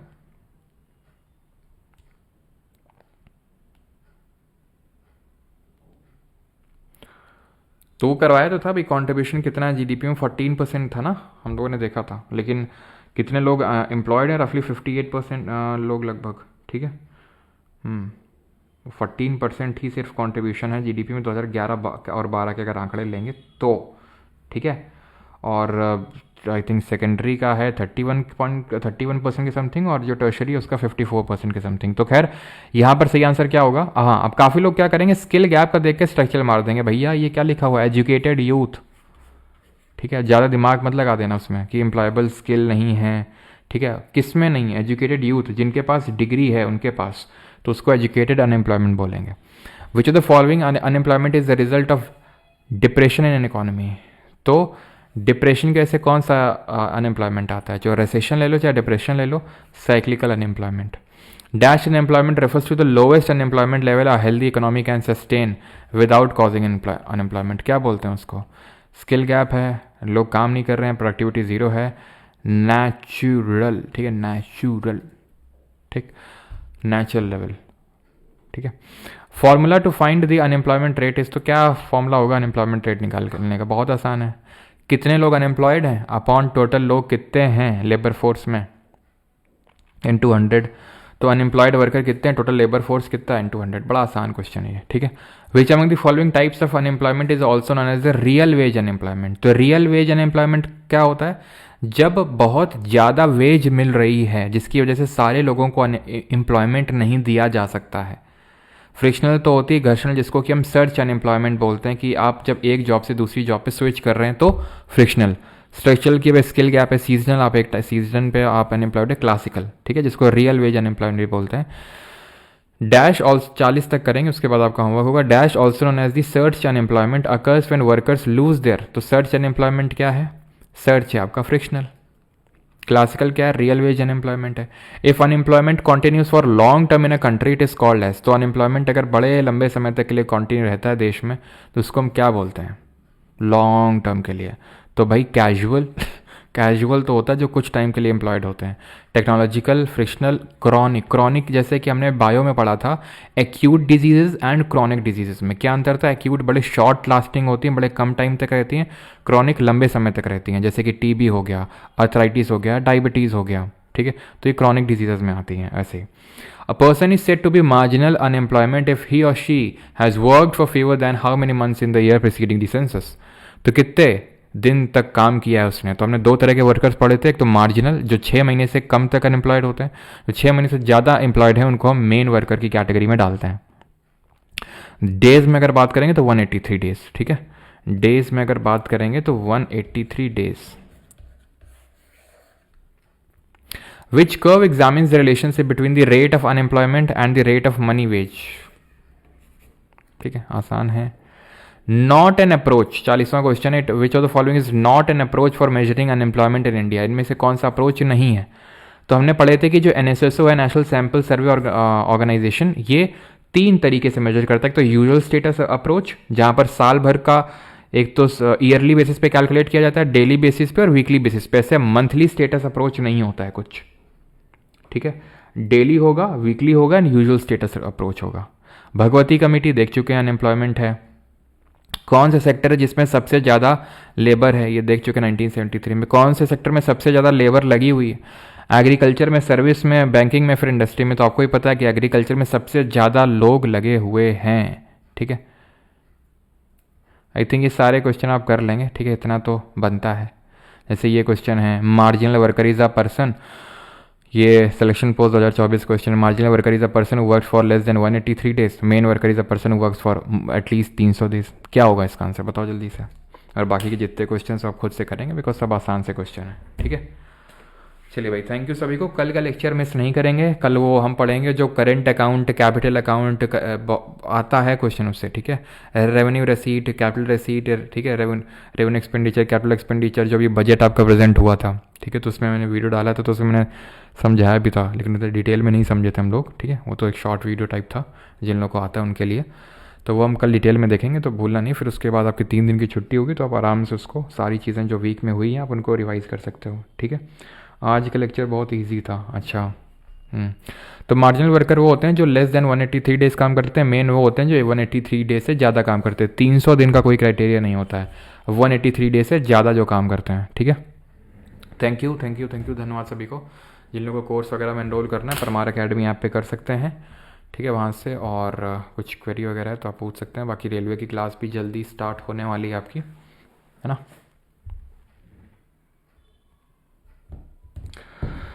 हाँ, विल गैग सर सर्कुलर कल समझा दे यार। कल का लेक्चर तो बड़ा नहीं होगा, कल समझा दे, ठीक, कल डिटेल में, तो क्योंकि थोड़ा सा टाइम लगेगा यार उसमें, ठीक है। कल वो समझा देंगे। और जीडीपी के रिगार्डिंग एक चीज़ बतानी मुझे आपको, जीडीपी और वेलफेयर का जो रिलेशन है, तो वो भी याद दिलाना, कल करेंगे, ठीक है। जीडीपी और वेलफेयर में क्या रिलेशन होता है, राइट।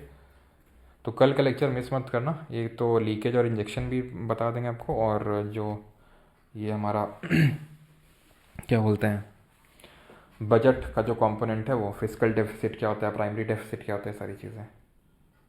परमार 2.0 करने पे ओनली 440 का डिस्काउंट मिल रहा है, 200 और कम हो सकता है तो तुरंत स्विच कर।